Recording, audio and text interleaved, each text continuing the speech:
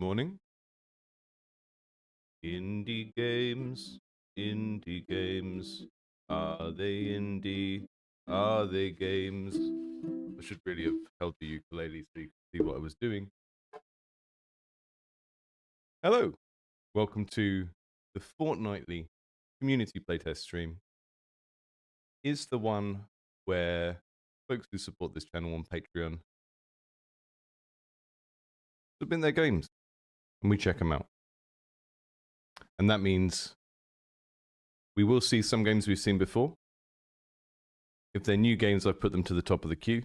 If they're games we've seen before, we may see them at the end. Depends how quickly we get through the earlier ones. I hope everyone's doing good. I have had a weekend away visiting a friend. And everyone in my house has been a little bit sick. So just clambering back out the brain fog hole and ready to check out some of what everyone's been working on. I've got 1, 2, 3, 4, 5, like 10 games in the list. I'm going to prioritize doing the ones that have itch web builds first, just because that means we can kind of get through more of them more quickly. Yeah, I've got Healer up. But we're gonna check that out towards the end because we've seen that a few times already. So, thanks to everyone for joining. If this is your first time dropping in, I do these kind of streams. On Thursdays I do these streams weekly, and those are games submitted by anyone. So if you want to submit a game, indiegameclinic.com. Down in the bottom left has to be a game that's not finished yet, because this is meant to be a kind of design surgery where we talk about games as you're working on them so that you can actually use some of the feedback from myself and from the chat, nearly all of whom are also game developers and will have thoughts and feelings about the game you're working on, the genre you're working in, and all of that kind of stuff. But this stream every other Wednesday is just for the Patreon supporters. This channel wouldn't be possible without Patreon. I know people think you see like a YouTube channel with a couple, like tens of thousands of subs, and you think, oh, that person must make a living off of YouTube. That is still not. To put it in perspective, the amount that the YouTube channel makes on AdSense is just over what I used to earn in a day in my last contract. And now that was a very good contract, and the day rate was pretty darn good. But it was that's still like a, less than a third of my rent for like a month of doing YouTube. So I'm very thankful to everyone who supports this channel on Patreon. Allows me to put out things like podcasts, allows me to do things like our big playtesting video essay that went out last week.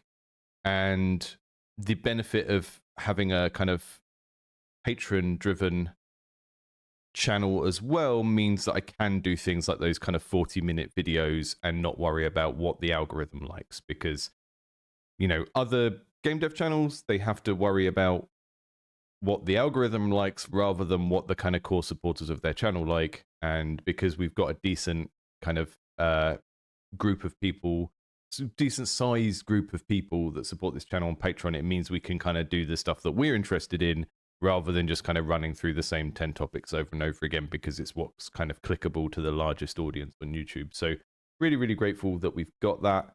And this stream is kind of a way of making sure that people who are supporting the channel get a little bit of a bonus. So you may see some games here that you've seen before, and that is because they are patrons of the channel and they can submit their games as many times as they want. Yeah, we may not. So Bernard, 10 games is a lot. We might not get through all of them, but I know some of these are much kind of more smaller kind of casual games that we're going to look at in the browser. I've got 3 flagged as games that we've seen before, so if we don't get to those in time, we'll just show them the next time. If we get to a point where the stream is really busy, I'll start doing it once a week, and I'll do the other types of streams less frequently. It's still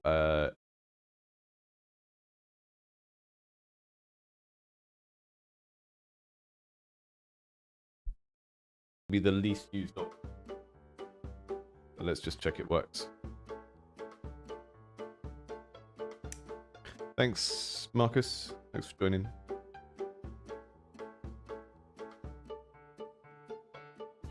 So this is one of those games where you could definitely say this looks mobile gamey in terms of like the presentation, but there's just something that's a little bit more polished. There's a lot of texture here that kind of makes it. I don't know if you've seen Snipper Clips. I don't know if it was only on Switch, but it kind of feels like that kind of puzzle game. So if we go around the long way, we're supposed to try and fill up the whole space. Is that the idea?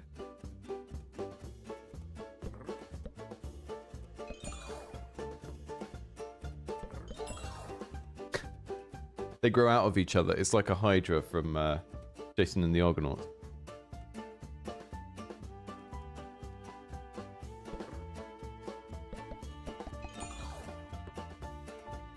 Gotcha, okay. So, paint mode active. I got stuck in paint mode. Okay, we've got a rewind button as well, which is quite helpful. So, we want to do that in 7 moves, which would be what? I think 1, 2, 3, 4, 5, 6, 7. And 1 can't grow out of the head. 1. It's an interesting puzzle. It's very abstract, but like the cuteness of the dragons means that there's a bit like more appeal than if it had been a totally abstract game. Maybe like that, but we can't grow out of the head, so I can't go directly into that space. This is harder than it looks. Why am I stuck on such an early puzzle? Maybe we have to do like this. Too long?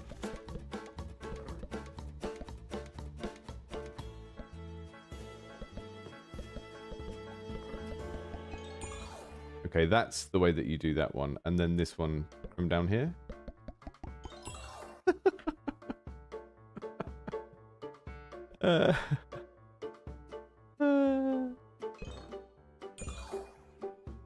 Yeah, I don't mind the difficulty curve ramping up quite quickly because you sort of... when a game requires people to think in a certain way, you want to get them into that way of thinking pretty quick, right?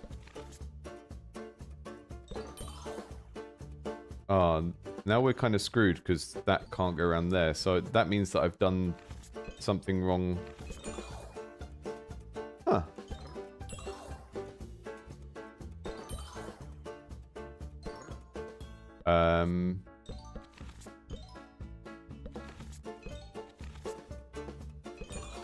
So the red one can only go that way.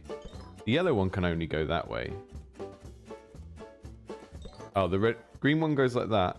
But we can't grow out of its head. Oh, we can grow out of that space. Okay. I wasn't certain we could grow out of that space.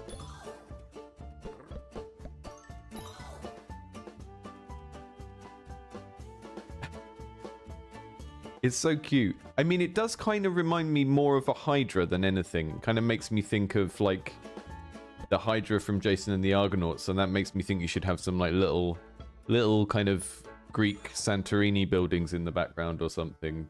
Just a little nudge to that, but I guess it's not really supposed to be a Hydra.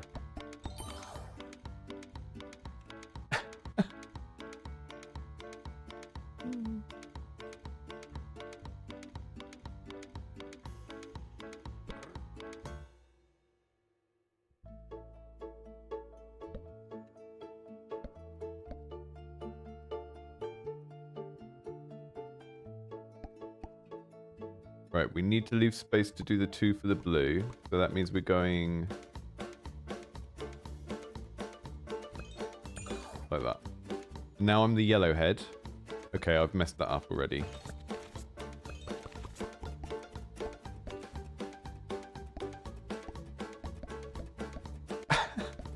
It's so difficult.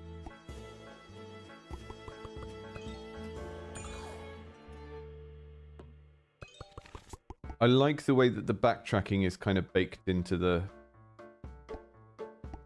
way that you're meant to do the puzzle.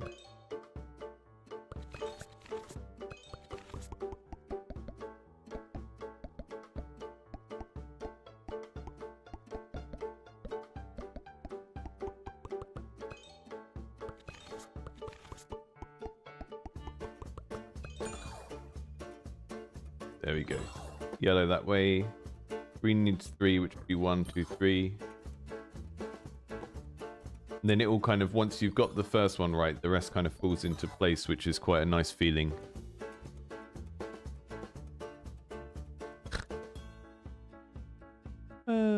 Yeah, sorry, let me just go and kill that Discord link. I don't know why that's happening.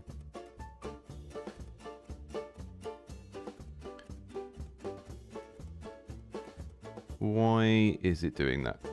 I'll just update the Discord link. Sorry, normally these would be automated, but because I was away yesterday and Monday, I didn't get everything in place that I would normally do this week.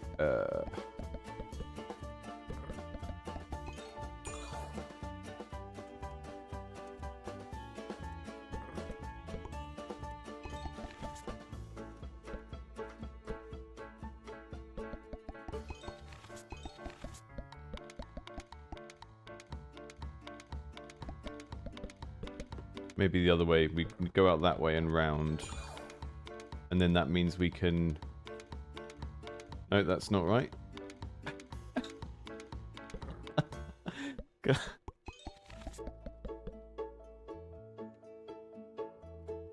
Maybe that way and round?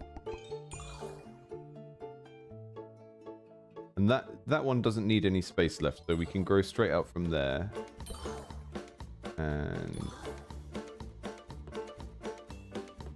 And then we need to go up from this yellow one. The next Indies Under the Knife will be tomorrow. I just haven't put the stream on the channel yet. It's really funny. I used to get people complaining if I planned too far ahead and put all the streams up, ahead of time, because people on YouTube aren't used to creators using it as a streaming platform. And I did 1 month where I put all of my streams up like a month ahead of time, and people were like whinging at me for it. It's because none of the other channels they follow did it. So from a UX point of view, they just saw my channel come up loads of times in the queue, and it's like, well, I'm sorry. I'm sorry none of the other channels that you follow do that, but that's not really my problem.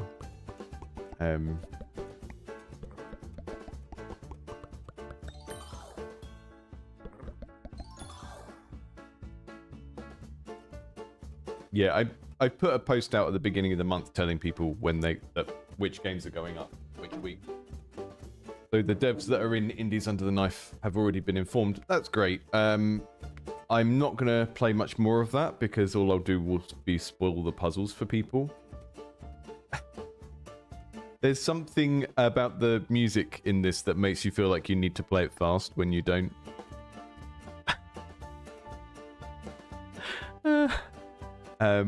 Not necessarily a criticism, but I did find that the music was kind of making me feel like I needed to rush, and you don't need to rush. So you have this paintbrush feature that is like a helper feature that lets you kind of plan the level out, I guess. One thing I will say is, in my first couple of levels, I accidentally opened the paintbrush and then I found it difficult to close. So one thing you might want to do is make this hidden and inaccessible until you kind of detect that the player is getting really stuck on a particular level, and then maybe you can introduce it. But I did have like a slight bit of UX friction in like level 2 or 3 when I opened the level and then accidentally opened this, and I was like, hey, I don't need to use this feature yet, and I don't know what the buttons are. So that was a kind of small note, but yeah, that's fun. The music is kind of making me panic. Wyrm Worm, check it out.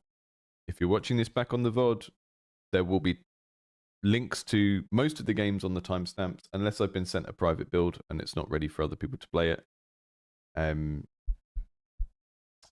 I usually schedule the streams in YouTube. I just didn't get round to it this week because I was ill last week and there were just other things on. I had a kind of mini vacation this weekend. Okay, so this is Hey RPG. This is by Hoti. Sorry if I'm not pronouncing your name right. Look at this. Look at that goblin. Cute little goblin. Kind of makes me want to play it in a small window though when I see this kind of ASCII art, because I know if I play it full screen, I'm going to lose the illusion that that's a goblin. I'm going to leave it. I'm going to leave it in the browser window.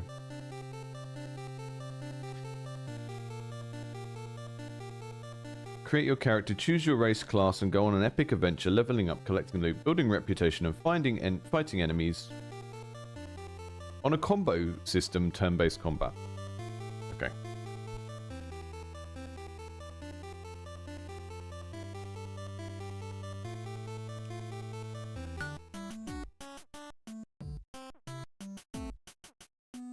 The village of Lidla. We can go to the tavern or the inn. It's like a really kind of old school Bard's Tale type RPG. I can talk to Bumberg.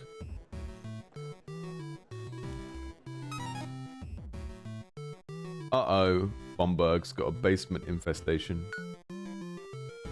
There is no way to fetch some ale. The basement is filled with spiders. Spiders, can you find the source of this infestation? Yes, I can.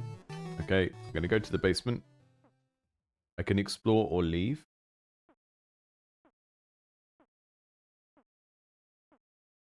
I'm trying to work out what stuff is. There's like a little... There's a drip over here. There's some bubbles coming out of something. The art is great. It kind of makes me wonder what the process is for making this kind of ASCII art in a modern engine. If you have to like type it out, or whether you can...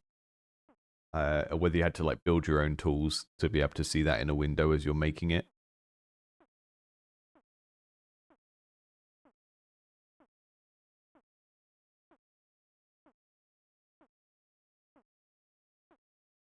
Hello, is this stream on Twitch or YouTube? I mean, you can see what it's on because you're on it. I don't understand the question. It's on both. Right, we're going to explore the basement. That was a cool sequence as well. I like that kind of stuff because it's like, it's not exactly what would have happened in a sort of OG retro RPG like this. It was slightly too slick. Sound effects were too good.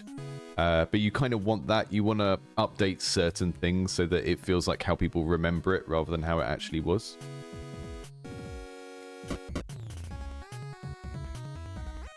Okay, so we've got a little grid. I've got use WAS to move.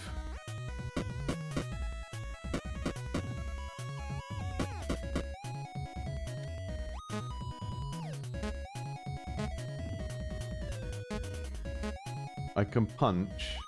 Do I have to click? I'm stuck. Select enemy target. Oh, okay.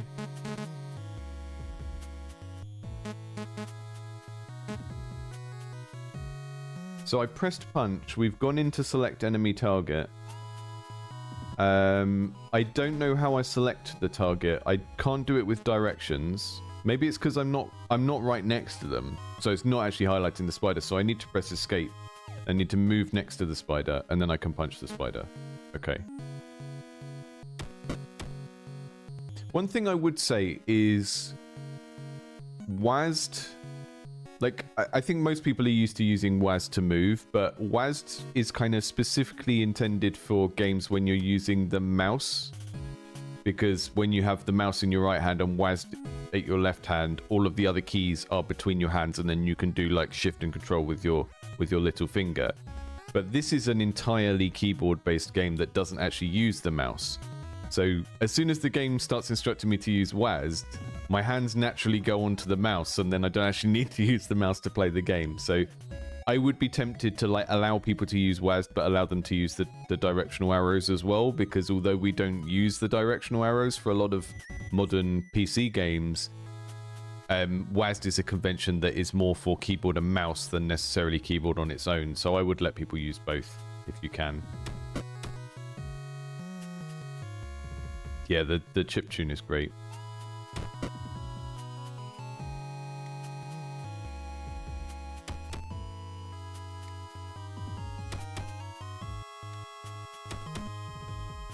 We've got like a follow-up punch as well. So there's...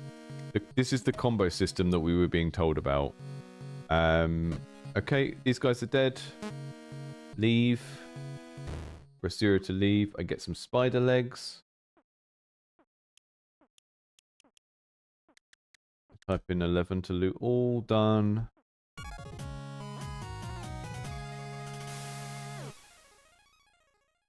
This is all really well done. It's hard to, like... I don't know what the market is for this. I don't know what sort of games are out like this at the moment that people are playing. It takes me a very long time to become invested in a game that's kind of this lo-fi. I really like it from a creative point of view. But like, for example, with Caves of Cud, I had to really push through my aversion to the way that that game was presented to get to the stuff that is cool about it.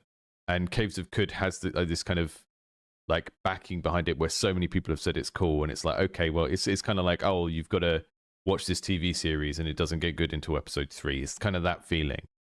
So it's kind of hard for me to judge like how someone would normally engage with a game like this if they found it on Steam. But everything that we've seen is really well implemented. I do struggle with kind of fantasy RPGs that do this kind of by the numbers trope following of like, you know, you go to the tavern, you clear out the infestation. I can see exactly what it's doing, and it's kind of like ticking all the boxes that people would enjoy. I guess my kind of creative instinct would be to try and subvert those things a little bit. And I think even if you kind of go back and play like Bard's Tale and stuff like that, there was a little bit of subversion of the tropes already happening there. But I mean, everything here is like really, really nicely implemented. Right, we're a human squire. We've leveled up. We've become stronger. 4 points stronger. That's considerably stronger. But that's the thing. Night Raven said that, you know, the people who like this would be a niche within a niche. I think that's good. I think it's good to make games for like sickos that are the like. There's a really good talk. I think it was what was it called?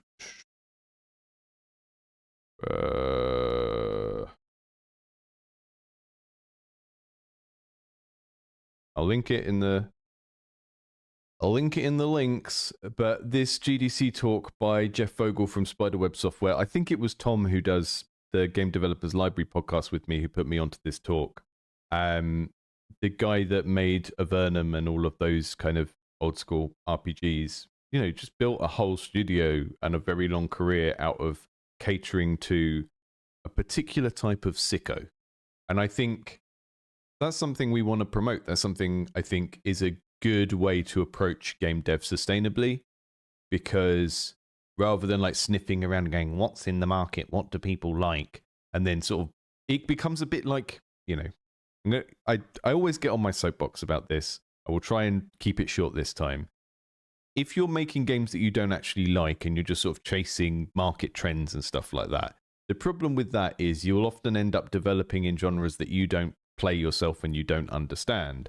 Whereas if you latch on to some specific niche of thing that you're particularly knowledgeable about, then you have a chance of like being the best developer in the world at that particular thing, which means that even if your niche is a niche within a niche, that could actually be tens of thousands of people, right? And the thing about numbers and Steam and markets is we underestimate how big a small group of people can be. I think one of the conversations I had with Chris Zukowski on this channel when we did a little collab was, you know, him talking about like, you know, 0.1%. If you sold a game to 0.1% of the people on Steam, you would be a millionaire, basically, that kind of thing. So you can see why people trend chase and why they kind of go, what should I make based on what people like right now? But that always kind of puts you in the position of being a follower, right? Which means that you're never going to be the person that makes the big thing that pops off. And that's not necessarily about being innovative. It's just about creating something for an underserved audience. And I think this type of thing, like niche within a niche is exactly your right description. This is going to, like, so someone in the chat said, you know, old farts like me. Exactly. That's a really good way to identify who your game is for. Like, one of the principles I'm following with Dirt World, with my platformer, is what would I have thought was really cool if I saw this game when I was like a kid, when I was like 12 or 13. And that's kind of one of my guiding principles for my creative direction, is just like, I imagine myself at a particular point of time and I'm like, what would that person have thought was cool? And that's a lot easier than trying to like read the tea leaves of imagining what someone else likes that you don't, you know, you can't even put yourself in their shoes, you know?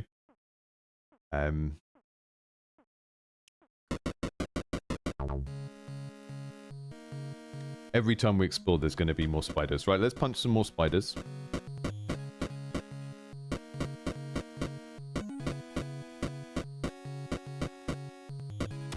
One of my favorite video game sort of conventions or tropes is the turn-based game where the music makes you feel like you need to rush. Like a classic thing. Okay, take all those spider webs. Do we have to... Q, the matriarch. Is that going to be a boss spider? Sorry, Orville.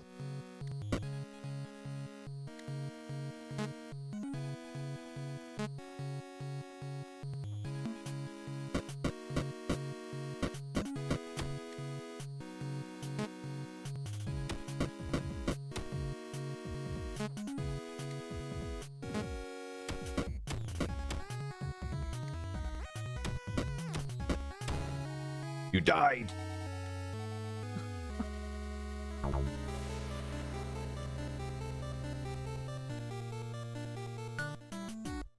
Okay. We died. We can go to the inn this time. We can sleep, we can set the home. What does setting the hometown do? It doesn't give us the option to yet. Okay. And we can also... Can we leave town? Does it let us leave town? Character. I seem to be level 2, so I don't know if I... Yeah, I kept my progress from dying. So there's something kind of structurally interesting happening here where it's not like a permadeath game. I guess maybe the thing that they're going for here is like almost like this style of presentation, but as like a sort of single player MMO. Which is kind of like what the first Witcher game was, almost. Right, let's go back down in the basement. Let's explore again.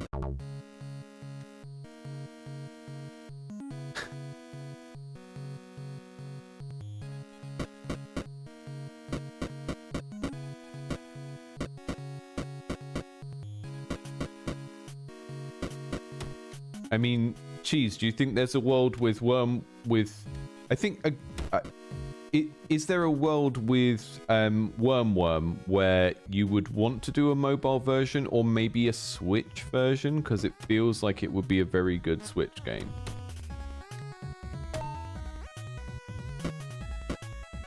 I don't think that's a question you need to answer now. I think it's like... It's a question that you could develop some personal metrics about. You know? If this sells... if this... I don't know what the metrics would be. Is there a way of seeing how many of the people who like your game played it on a Steam Deck, for example? You know? He's not happy that I killed the babies. I think maybe I need to kill the babies before I go for the matriarch.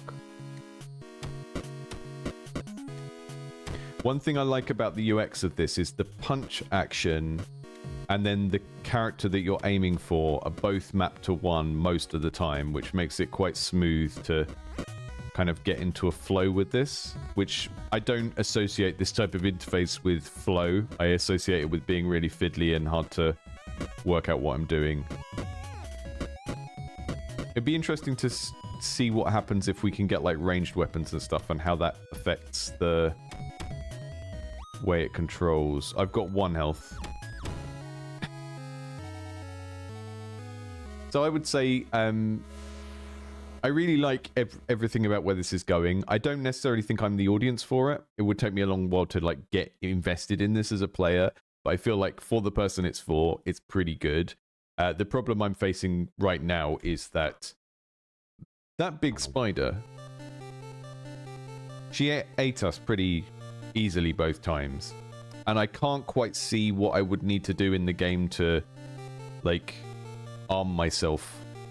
I think maybe what I'm supposed to do in the way that the game loop is currently constructed is just keep grinding on the smaller groups of spiders, and because it's basically optional to face the matriarch. There's like a menu option to fight the boss, so I think maybe you're not supposed to fight the boss until you've leveled up to like level 4 or 5 or something. That could be quite tedious, so you know, I'm collecting spiders' legs. I guess maybe I can go back, maybe I can sell the... If I go back to the tavern and talk to Bumberg and go to sell.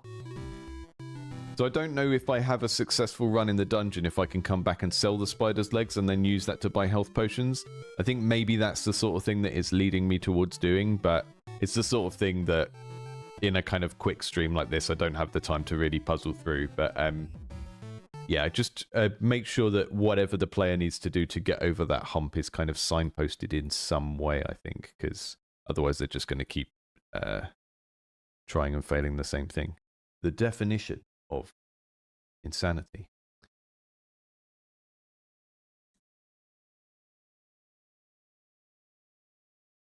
This is Jumgle, a streamlined deck builder. Click on the tile pouch. I think we saw this one before, but I think it might have been rethemed. So I won't play this for very long, but let's... So anyone who was in the stream before when I played this, it was like Druid Craft, I think it was called before, and you laid out a garden. My main feeling about that was it would have been better if it was like a... more clearly like looking down on a thing that you were building. Like this kind of thing, where you kind of look down and you can see a place emerging out of the grid, which the original version didn't have. And so I'm going to just play this for a couple of minutes to see what's changed, because I think it's mainly presentation. Place a tile in your garden's next empty plot. So anyone who's played Party House will kind of be familiar with this. It's similar to Blackjack, where you're drawing things from a deck and placing them down. You've got a number of slots you can draw into, and the things come out and interact, but you have a kind of Blackjack mechanic where if you draw too much of a particular symbol or resource, then you bust and you don't get certain things that round. So it's Party House. It's similar to Fame or Folly that you've probably seen on the stream before. So that gives us Nurture. That's a good thing. Nurture and Fertilizer are the two things we want, and then Rot is the thing we don't want.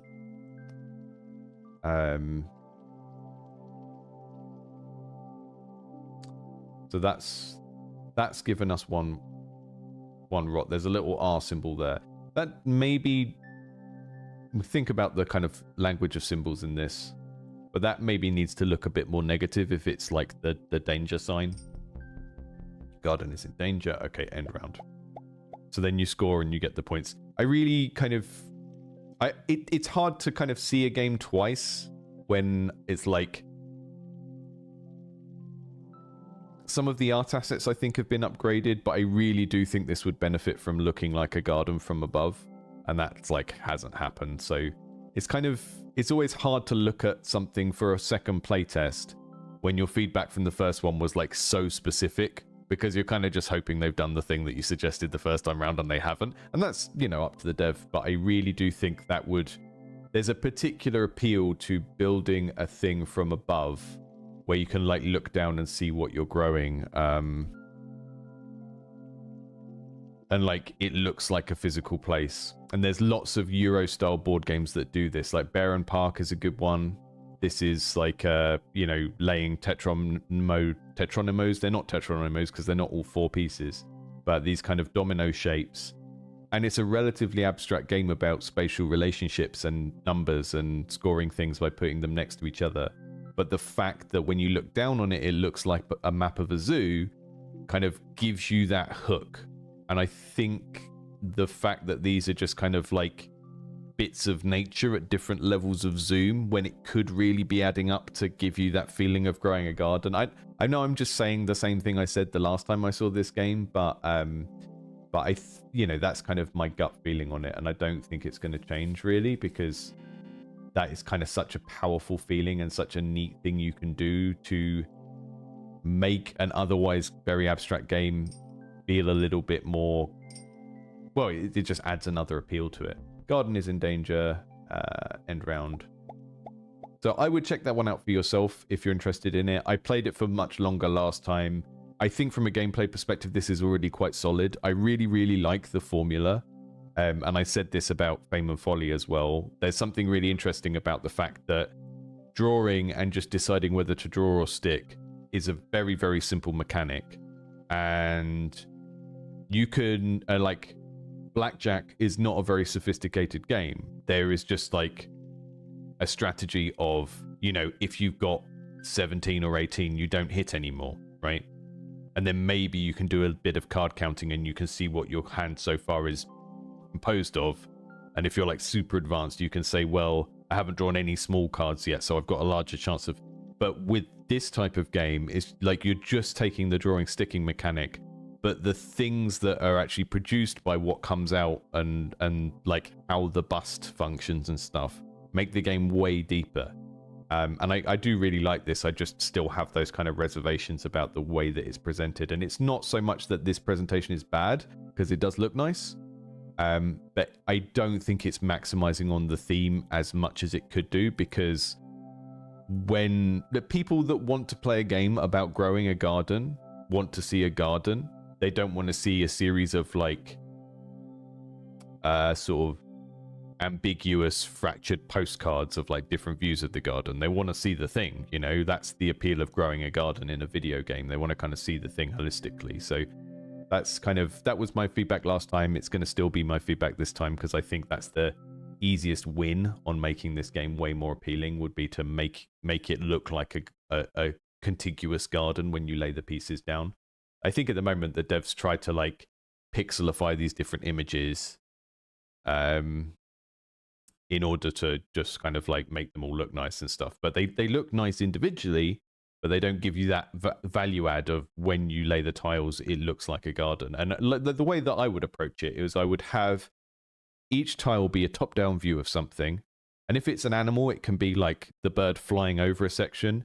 And then when the tile comes out, I would also rotate it by a random, 90, 180, 270 or whatever, so that you can see what tile it is, but it also creates the variety by having them rotated, and then it looks like a real garden, but you can still very quickly like read what the things on the board are from a gameplay perspective.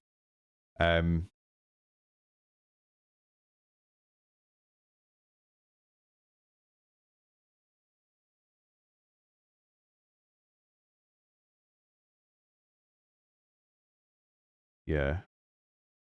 Kenta said, "Is it better to publish a demo on itch?" I think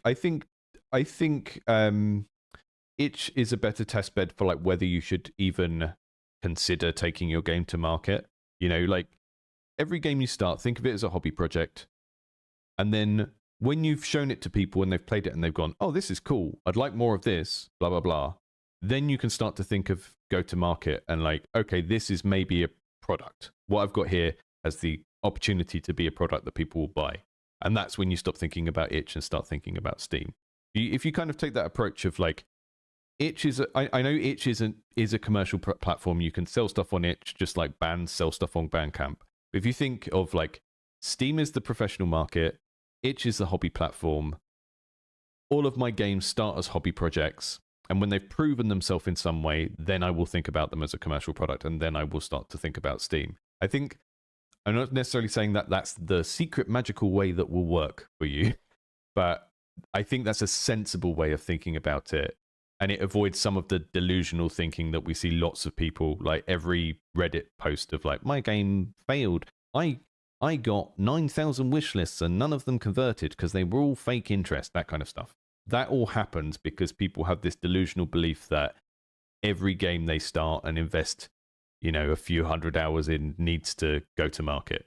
And like, I think just having the idea that everything you're making is a hobby learning project first, and then testing whether people are actually excited by the idea, your implementation of the idea, which are two different things, right? Sometimes people test a prototype and they're like, no one was interested in my idea. And it's like, well, maybe they're interested in your idea, but your implementation of your idea wasn't very good. Right? So like working out how to tell which one of those things is actually happening is a skill in its own right. Let's check out Trickshot Tactics. I've seen this a couple of times. I think this is a relatively new patron to the channel. This is the card game where you're playing basketball. Some of the card graphics are handmade and some are AI-generated placeholders. Can you spot which are which? I'm not playing that game today, although I feel like I'm being taunted into it. Okay, full screen it.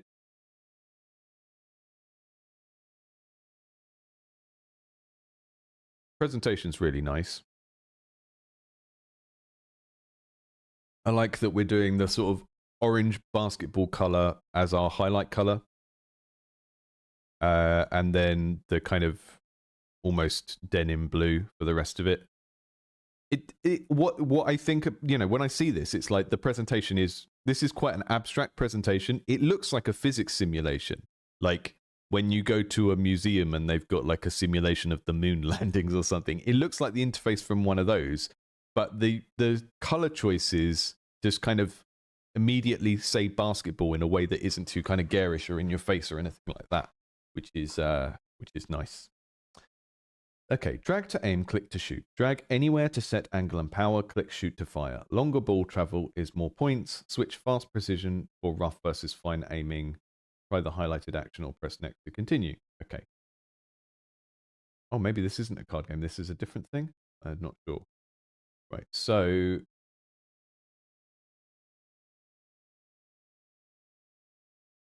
Oh, it's not going to let me make this shot.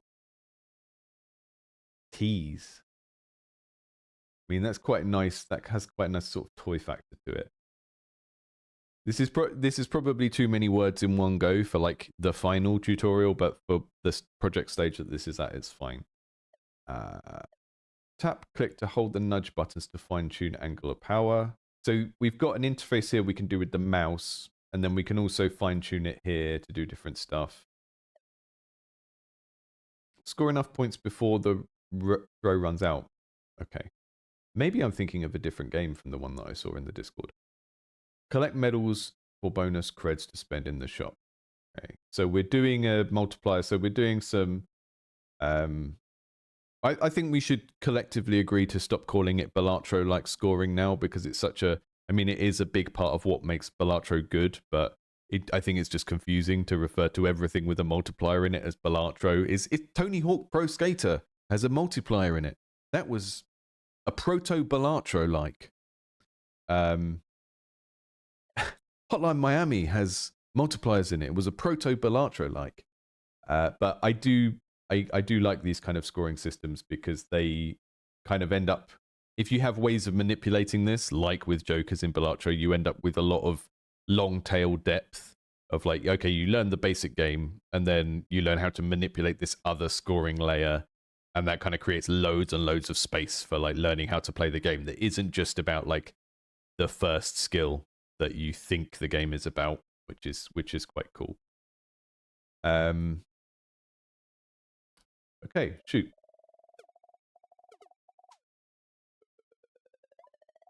So the base score seems to go up the longer that the ball is in the air, which is interesting. Let's see how that works. Okay, yeah, this is the game I was thinking about. Makes the backboard bouncier. So we don't have enough creds yet. Yeah. Balatro is a Tony Hawk-like. You can't play as Bam Margera in Balatro, though. It's a shame. So it seems like the more bouncies... We've got... What's this as well? This is... Is this like a bonus? We've got lots of things we can bounce the ball off of. And I think we score more the longer it spends in the air, which is a really fun little way of encouraging players to not just do the obvious thing.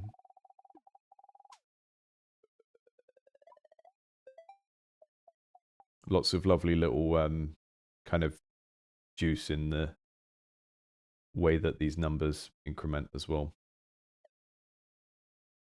An extra medal spawns each round. 2 times score if the ball does not hit the rim or the backboard. Nothing but net. Okay. And then we're doing this kind of thematic thing of bringing in...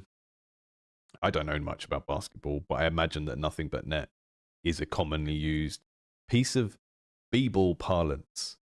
And I quite like that because it's a relatively abstract game.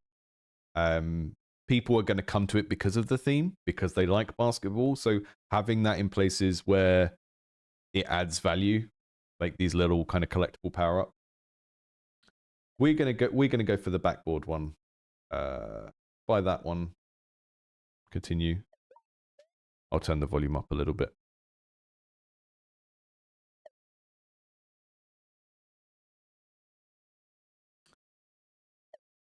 Might be able to, yeah, there's no volume control in the game, so I've just turned it up a little bit on the stream.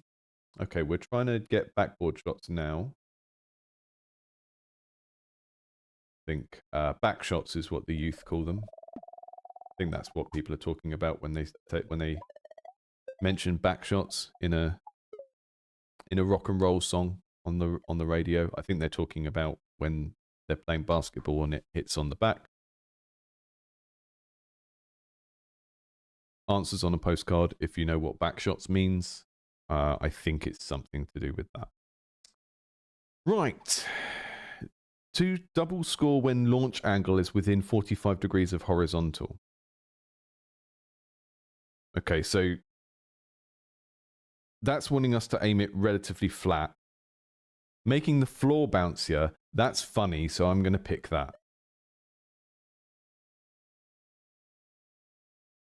So what tends to happen when I play one of these games, and I don't know how much this mirrors other people's experience, but there are obviously like ways of playing this type of thing when you're picking a power up where you min-max and you try and find the most powerful thing. But I tend to only do that when I'm quite deep into a game and I'm like very invested in doing it well. Whereas when I start playing the game, I will usually make a silly pick because I'll pick the thing that sounds like it changes the game the most. Or I'll make a thematic pick. And I'd like, even in something like Vampire Survivors, where there's basically no theme, I'll just go, I'm going to pick all the fire-related things this run.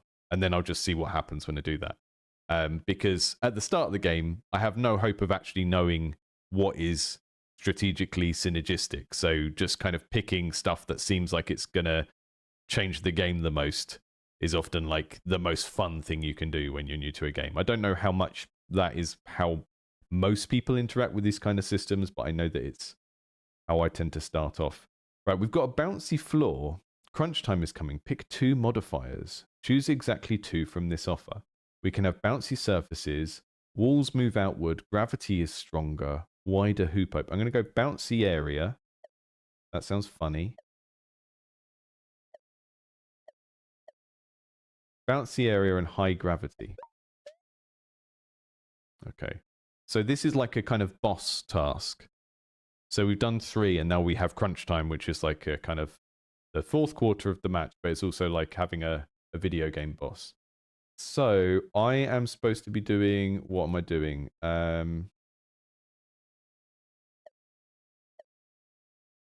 Hitting the ball off the backboard, and we have a bouncier floor. So we want to do, well, the main thing that matters is hitting the ball off the backboard. Can I hit it off the back of the backboard and back round? That would be very funny. I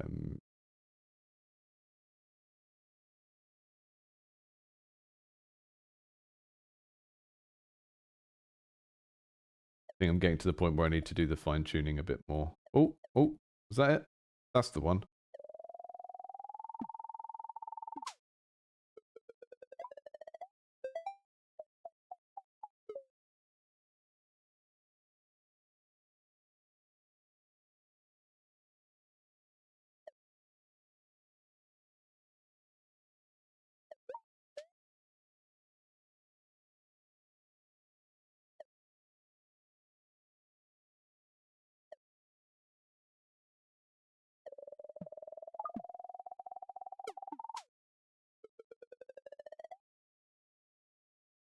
Yeah, there's really nice sort of attention to detail in the way that the sounds and everything are done in this.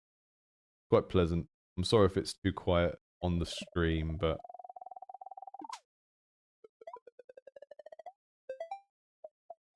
I think one thing that would be nice to see would, I don't know if it happens, but to see something on these when the condition triggers. There's a moment when I hit the backboard and my throw score multiplier goes up to from 1 to 2. It'd be quite nice to see the card that did that trigger, maybe. Even if it just kind of like gets a quick pulse around the border or something like that.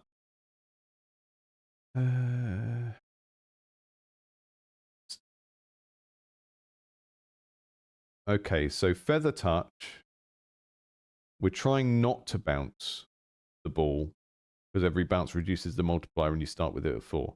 I've got Bouncy Floor. Let's try the bouncy backboard. Just because it will be funny.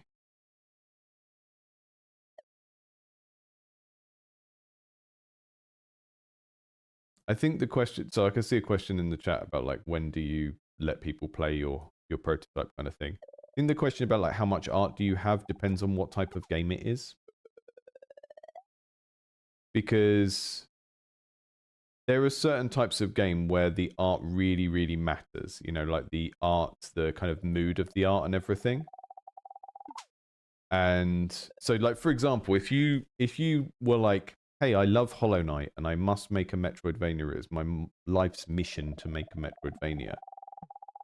It's kind of a prerequisite of those that they have good art, that they have a character that appeals to people, that the world has a character, because that is part of the appeal of Hollow Knight or Blasphemous or Metroid or Castlevania, is that the kind of world has an interesting character to it. So those are types of games where if you set out to do one of those games and you can't do art, you're going to have to learn how to do art. So you might as well start doing the art. If you're making something like this that's a bit more abstract, you can just show people the gameplay and like work out what the art is afterwards. But that kind of thing of like, often if something is slow for you, it is because it's a skill you need to practice, right? So you can either go, okay, maybe as a developer, I don't want to get good at art and I don't want to collaborate with anyone. So maybe that probably means I shouldn't make a Metroidvania because that is an art-dependent genre. Or you can find a middle ground where it's like, okay, I'm going to make a game that is much more mechanical, where the appeal isn't in the kind of way that the game looks or the world that it builds. And that way you can kind of just test prototypes with people. And then, you know, if you hit on something that works really well, then you can worry about starting to learn how to do the art or source the assets from somewhere or collaborate with someone. But there are certain genres of games where it really kind of like, you need to sort of appeal to people with the aesthetic of the game from the get-go. And I would say anything very character-driven is in that category.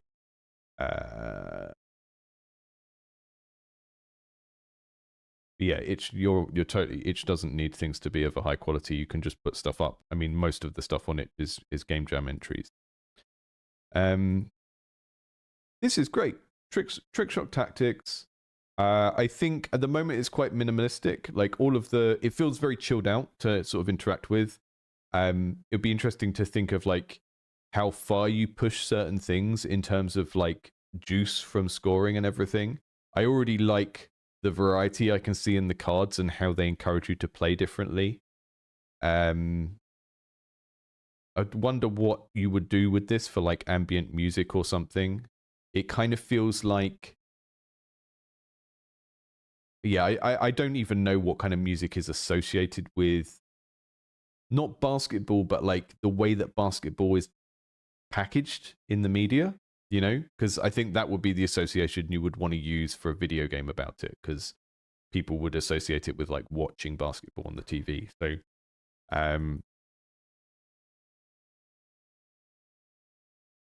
yeah, that's cool.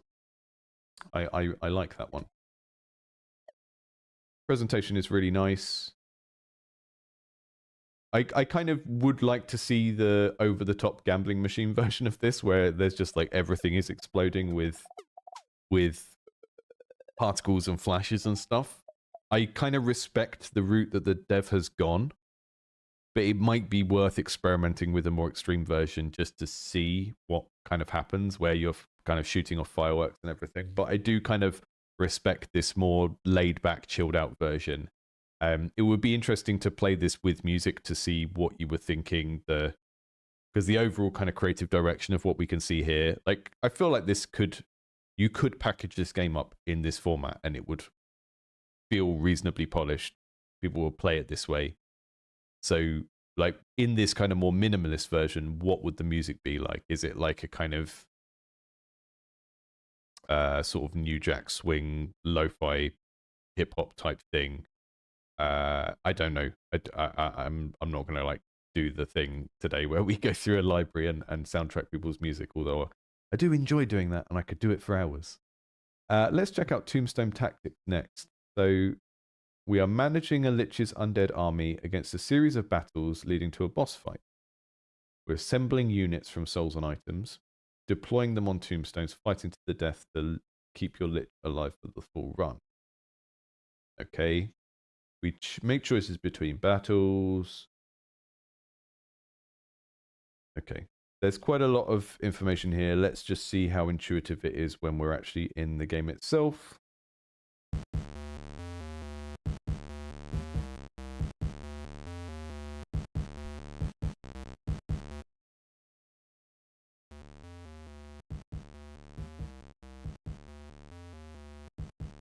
These are tombstones, I guess.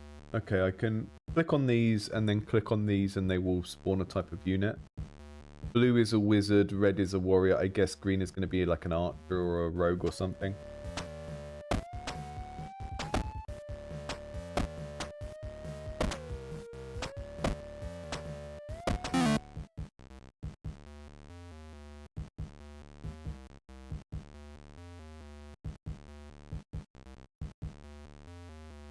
Okay, want to put these guys far away as possible. They've got 2 melee characters, so I'm going to spawn... I don't know what the green one is. This doesn't look like they have anything.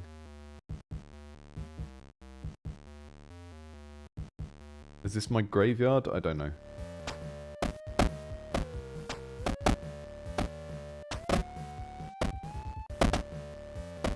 I would have thought that the green unit would be an archer, but they seem to just be like a weaker melee unit than the red unit, which is kind of confusing. Okay. Yeah, like the red unit is like a sword and shield. The green unit is just like an unarmed unit.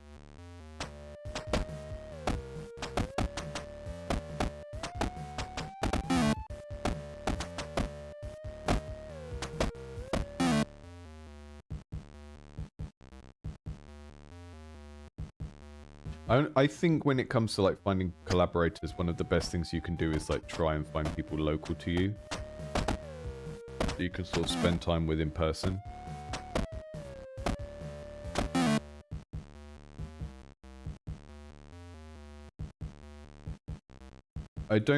This is kind of giving me the same thing that the first RPG thing that we played today did, where it's like, okay, I lose, and then I don't really learn anything from it.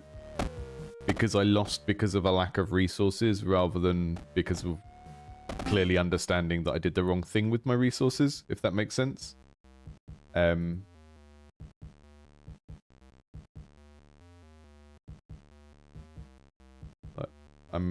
not...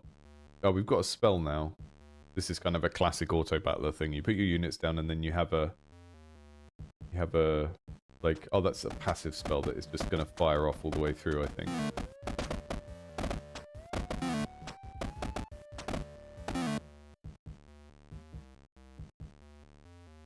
Okay. So so with something like this, I would try and focus on tuning it so that the player has a good time. That sounds like dismissive. But why is this tuned to be so hard from the get-go, right? The way that these kind of run-based auto-battlers work is that early on in the game, it's very hard to lose and you're just accumulating resources, right? And what that does is it gives the player a good time initially and allows them to sort of get into what they're doing, and it also allows them to develop some investment. Because auto battlers aren't really about the battling, they are about farming and spending the resources. And then the stakes in the battling are, do you get to keep doing this same thing? I've said a similar thing about survivors-like games like Bullet Heavens. Those games are best when they are not tuned to actually try and kill you until the last like 25% of your run, right? The early part of the run isn't actually a skill-based game about the game trying to kill you. It is a numbers-based game of accumulation and trying to like most efficiently accumulate resources so that you can be powerful as possible in the late game when the game actually does try and kill you. This feels like it's trying to kill you straight from the get-go. And I don't think that's really how an auto battler should be tuned.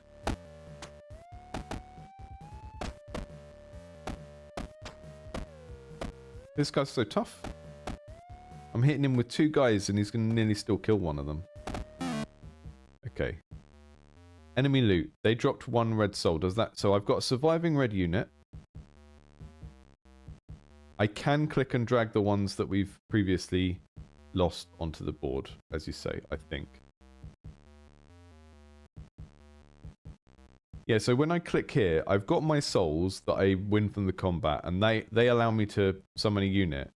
I've got the unit that I used last time, and I don't seem to be able to do anything with those. I don't understand what they're doing down there, because I can't click and drag them onto the board. So all I can do is spend these souls. Let's just check the information on the main page. Drag bench units onto tombstones to redeploy them. Okay, so what's supposed to happen is those guys that were at the bottom, I can deploy them, but they have to go onto tombstones. Yeah.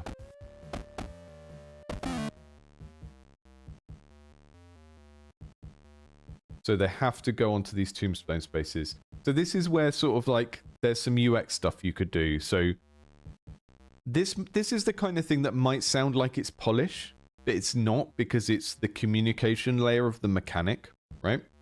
And there's a lot of things to do with like interface design and feedback that when you describe them to people and go, oh, the game should work like this, they'll think, yeah, but that's polish. And if it's something that communicates fundamental aspects of how the mechanic works, it's not polish. It's a core part of the mechanic that you need there to make the game make sense. So for example, when I click this unit off the bench, right, let's say I go down here. This is the ideal UX journey of this.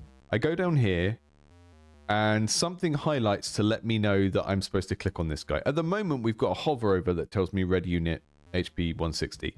Nothing really indicates that I should click on them and drag them. So let's say that when we hover over them, we create like a little glow or some, you know, like a highlight, outline, whatever, that is kind of very clearly indicating that we should interact. I click and drag, is in my hand now. We've got a bit of communication happening here because the sprite is following my cursor. But when I go over here, there's nothing to indicate what is a viable move, right? So when we go over here, what we should be doing is having a style for when we hover over a hexagon, we should have a style that indicates you can't drop it here, right? It goes back, goes whoop back. And then we should have a style that indicates that, yes, you can drop it on this tombstone, right? Because, and then the other thing I would think about doing is, if we're going to drag these guys, the bench guys onto tombstones, then why do we have an interaction language that says we click on the tombstone and press one of these buttons to spend one of these? I would just have, like, use the same interaction language where you drag these onto the tombstones and you drag these onto the tombstones. There isn't really a reason for having them separate in that way. But now the balancing of the, now that we understand how that mechanic works, maybe the balancing of the game will feel a little bit more generous than it did on the first run or two.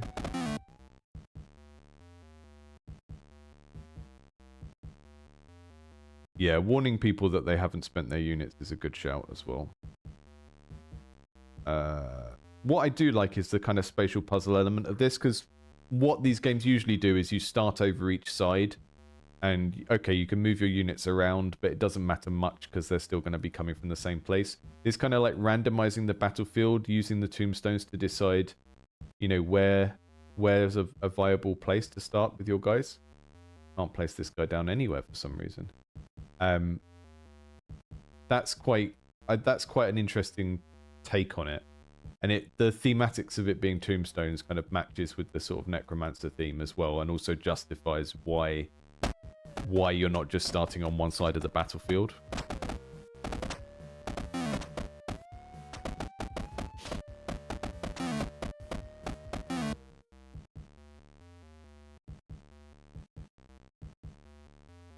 Here's our items, so we can give.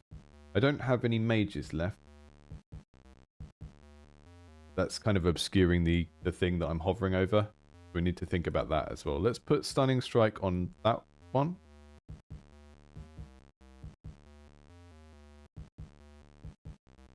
Oh, I have to do it after they're placed.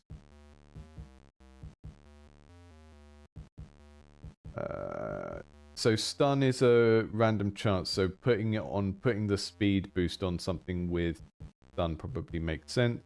Then we can put this guy down there and give them the piercing arrow. And then I guess putting some guys closer over this way.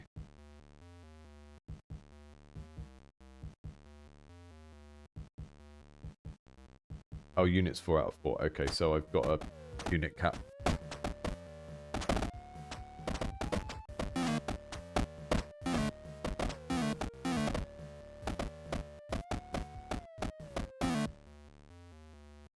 Cool.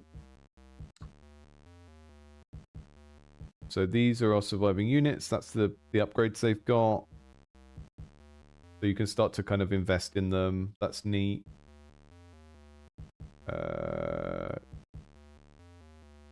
I don't know how these upgrades interact. I guess. Oh, I can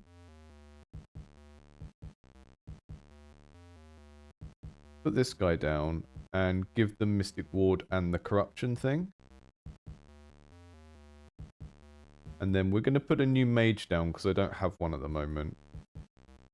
Maybe we put this guy here and then spawn a new mage over here.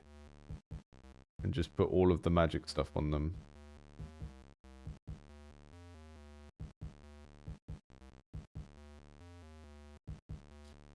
And yeah, I don't really know what the rest is doing. And there's someone over here to block them getting to the mage. I really like the kind of spatial puzzle of this. I think having that unit cap that gradually grows through the game is a good idea as well. Because it allows you to get that kind of feeling of like, oh, my army is getting bigger. But it doesn't happen too fast, because if it happens too fast, you end up with like a UX problem of just having loads of clicking to do every single round, which you don't necessarily want. Okay, long shot, range. These are my guys that are still alive. My best melee guy didn't survive, I don't think. So I'm going to get another melee guy out. Here. Another green guy in the middle there. And let's give this guy a shield. And a stun. And a speed. And let's turn this person, put a heal on them. I don't really understand the second wind ability, but whatever.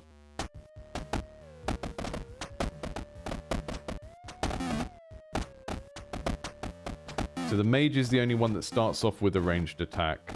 But the green units, you can give them range and then they can attack from a tile away. Not super intuitive because you don't... you know, it's not obvious what their weapon is even. So you don't kind of... The green units maybe need a little bit more thought in terms of what they are. What you're kind of describing them as in the game. Like, if you're going to go down the kind of 3-class thing, I would make them just have 2 knives or something, so it's just clear that they're the kind of faster thing. But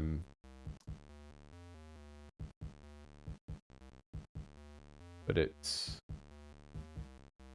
I think one of the things that you could say about this game already that is a big positive is it's quite satisfying once you sort of understand how it works. it's quite, it already feels quite Moorish to do. There's lots of little UX things you could improve.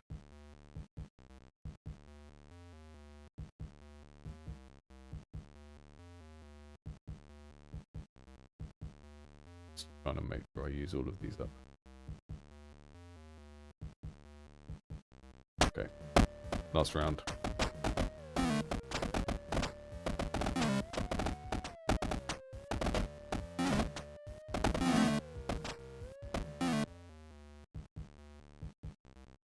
Like you're kind of just sort of like slight adaptive music where the extra layer fades in when you go into combat as well. That's cool. Yeah, I quite like this. I mean, it says 9 out of 10, so let's try and finish the run just because we're nearly there anyway. Someone said, is there any incentive to not just stack all of your good stuff? I'm sort of like not totally sure who I can put what on as well, because some things it's just not letting me put it on them. And it's not clear whether there's like a class limitation or something. Like some of these it's just like, I don't know why I can't put it on that character. It's like not communicating to me why I can use certain things or not. You sort of end up just doing what I'm doing now, which is clicking everything and dragging it onto someone and hoping that they can have it. It's not ideal, really.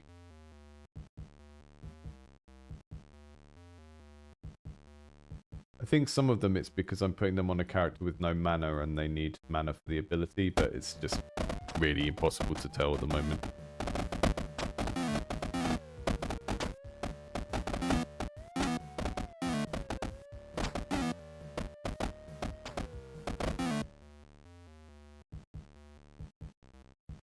Okay, last battle.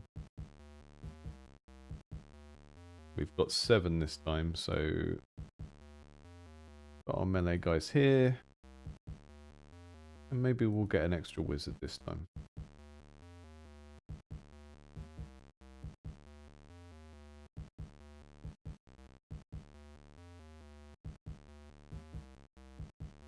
Yeah, I don't understand the placement rules of what I can and can't put on different units, so I'm just trying to put everything on everyone.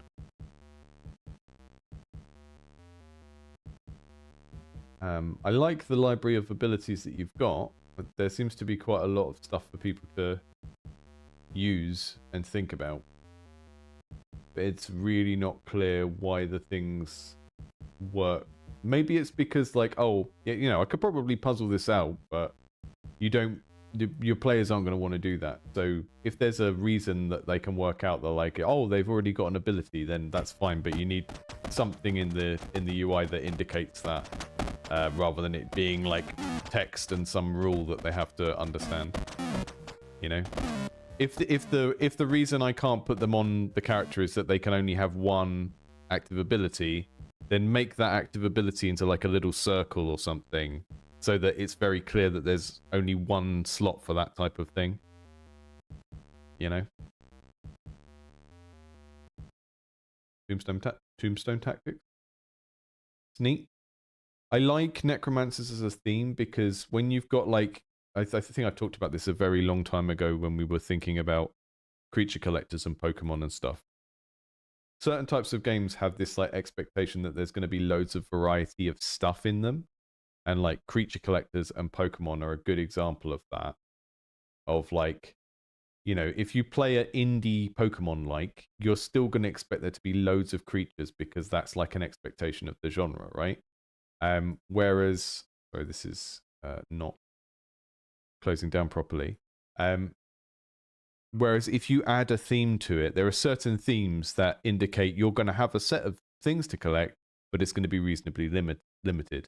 And like necromancers are a good example of that, because you don't expect there to be loads of variety in the collection of stuff that a necromancer uses.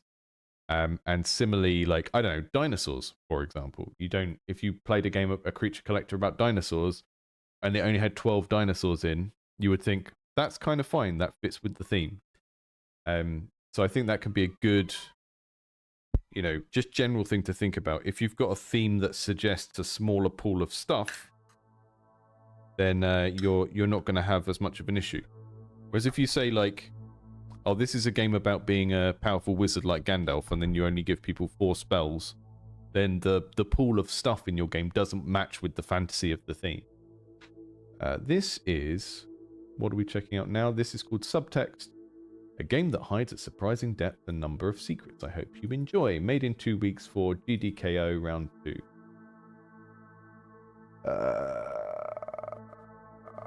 Okay. Wasdfudge.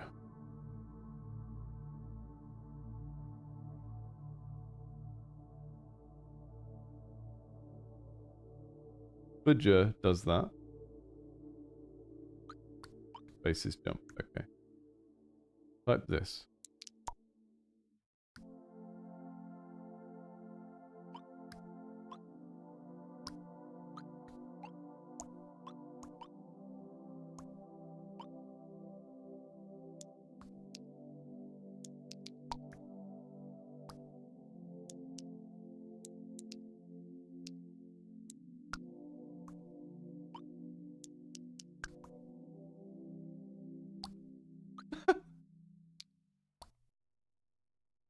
Sulfur eruption vent.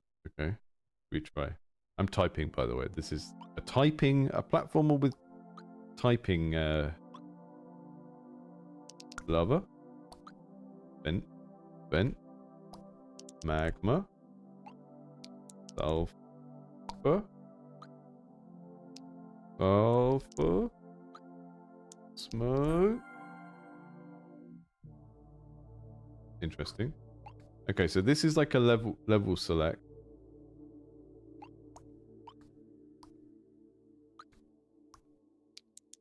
And that it puts me in the level. Hot.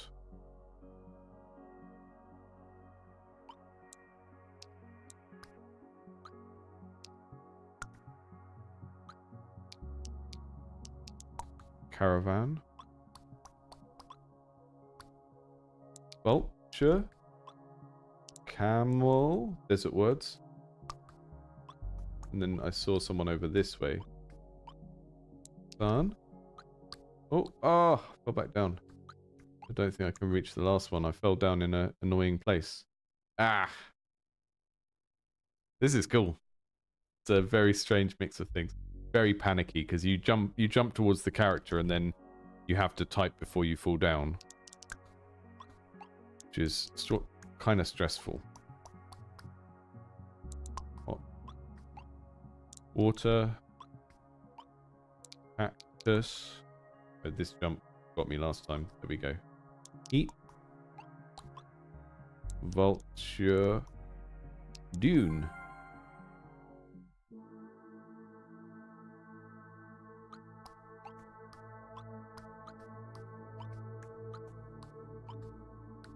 I like this level select because it kind of retains the game feel of the main platforming thing. It's kind of like you're still using the same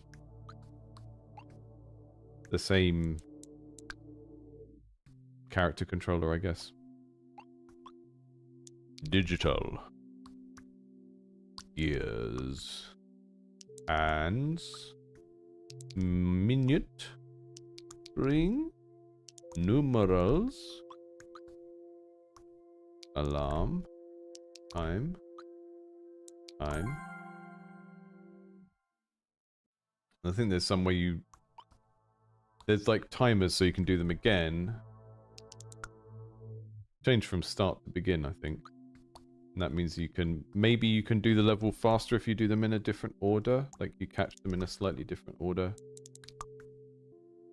If I go this way, is there I guess that wouldn't really speed me up at all.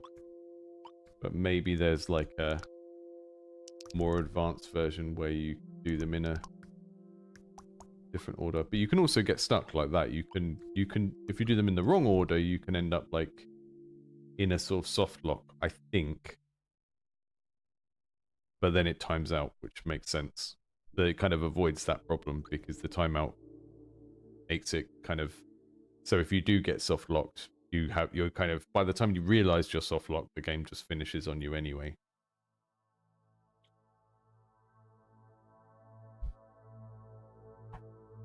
Today's stream is sponsored by, unofficially, Tropical Sun coconut water drink with pieces. It's incredibly sweet and probably not that healthy, but it was the thing in the shop that looked the least like a soda. I'm going to pretend it's not a soda. I think it might be though. Select. Pointy. That's going to trap me in there. Gem.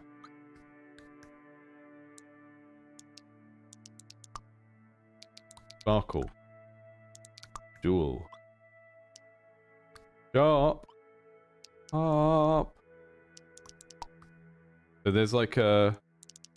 There's one in there where I need to just hammer the T. And the Y. Okay. What's left? Jewel! So it's starting to vary what we need to do on each one, because some of them require you to type the word, and some of them require you to just hammer the key. And it's not totally clear which one's going to be which. Although on that level, the ones where we needed to just hammer the key tended to be the ones that were locked inside a single square space. Have you tried to solve the levels? Oh.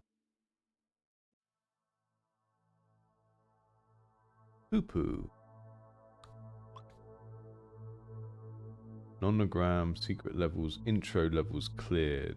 Okay, so these levels have some sort of hidden element.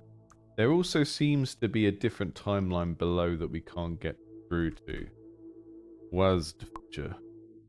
Ah, there we go. If I type West, but we get another level that I haven't done. Ah. We're in space now.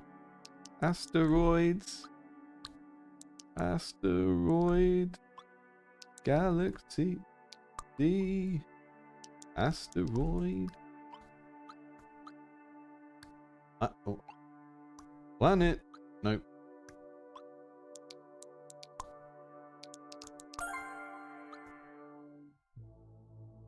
Okay.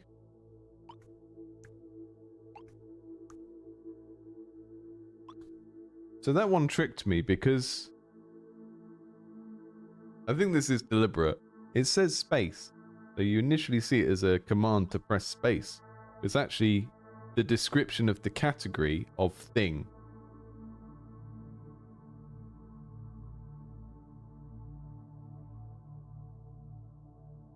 Right? So I played the level where I had to type in Wasdfja and the category of thing was space. But the first time you see that, you think WASD is the kind of controls you need to press, and space is telling you to jump. So that would mean, if I play this level again, see what the theme is, and then type the theme when we come back out of the level, maybe that will do something. So the theme here is volcanoes, I think. Magma, ash. They're doing something I like a lot, which is sort of like fractal puzzles. So if I type in volcano, yeah, the category that you learn about in the main level is like a puzzle to a keyword that you need to unlock the sort of boss of that level, I guess.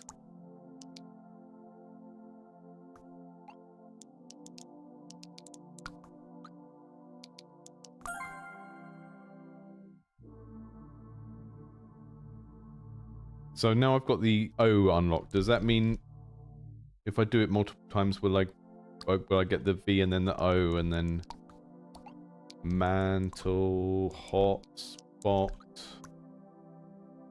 and there's like super volcano. Is that just going to add a letter each time? Yeah, not sure why we've highlighted the V. So there's just all of these different layers of puzzles here. Hot, heat. This is desert, this one. I remember, because there's a cactus in the level. really nice mix of different kind of puzzle cues and stuff going on in this. It's very, very cool. Smart game. This is the exact... So, desert... There we go. This is exactly the kind of thing that you want to feel when you play a puzzle game. Is like, as the game unfolds, you as a player feel smart, and you go, oh, the developer of this is very clever. But you also gradually feel more smart for understanding how the game works. Drought.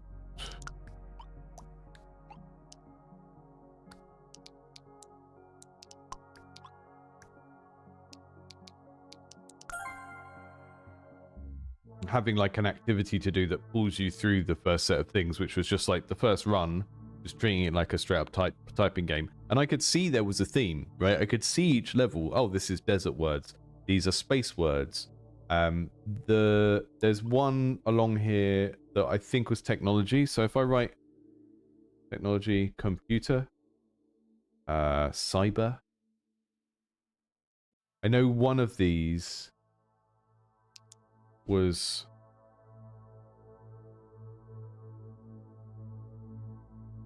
Let's just try again. So you kind of already get the sense that there is a theme to them, but not that that theme does something. And then you come back to it and you go, ah. And that's like a really nice thing to happen in a puzzle game where you sort of already... It's almost like you already have the key, but you didn't know what it was for. That's a really nice thing to kind of aim to give people in puzzle games. It's like they kind of hit the lock, a kind of conceptual lock, rather than like an actual lock in environment. So this one was time. No, clocks. Okay, that was the password there. Not going to play any more of this. I think if you find it interesting, you should go and check it out yourself. But there's some really cool puzzle design there. And I don't want to like spoil it for people that haven't played it. But I really, really like that approach.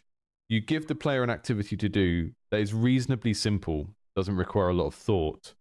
And through doing that, they obtain a key. Let's call it a key. Because the key in the context of this puzzle game was the knowledge that each of these rooms or levels has a theme. And the lock that key went in, which was understanding that on the level select, the lock in this context would be, you know, the mechanic where you type a theme word to unlock a secret version of the level. So there was that thing where we went back to the start and saw that this one said space, and I typed in space, and then I realized, okay, that's a theme word. That means that all the themes I noticed so far were a key for this lock, right? So it's giving players the key, and then they don't realize it's a key until they see the lock later on, and then that recontextualizes the information they already have, and then they go, oh, I can use this thing I already know or that I've already found in this new context. That's a really nice design pattern if you're interested in puzzle games generally. And I've talked about it in quite an abstract way, but you can use that in different types of games. It doesn't have to be, you know, learning a word and typing it in. I did get blueprints. That is exactly the sort of thing that blueprints generate very well. Is like you kind of see in blueprints, you see loads and loads of clues. There's quite a lot of density of clues in blueprints, and you don't know what they're relevant to, but a lot of the things that you see that in blueprints you think this could be relevant to something end up being relevant in the long run. It's just a case of like storing them in your head or in your book, and then eventually realizing, oh, that's where that goes, right? So it's, again, you've got the key for a long time before you realize what lock it goes in, and then the lock gets revealed. Cool. Let's check out Linkshift.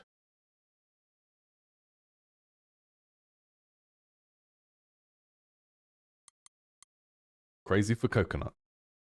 That's one other thing they make me say. So, Tropical Sun, CEO of Tropical Sun Coconut Water, is giving me 50 quid for this stream. And he said, you have to say our slogan, I'm crazy for coconuts. And you have to say it every 1 hour and 31 minutes.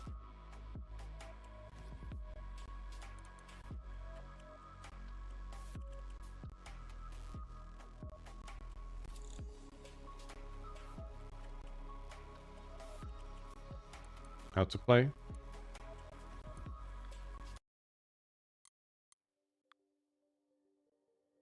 Are these going to be... I hope these are actual tutorial levels rather than a kind of manual.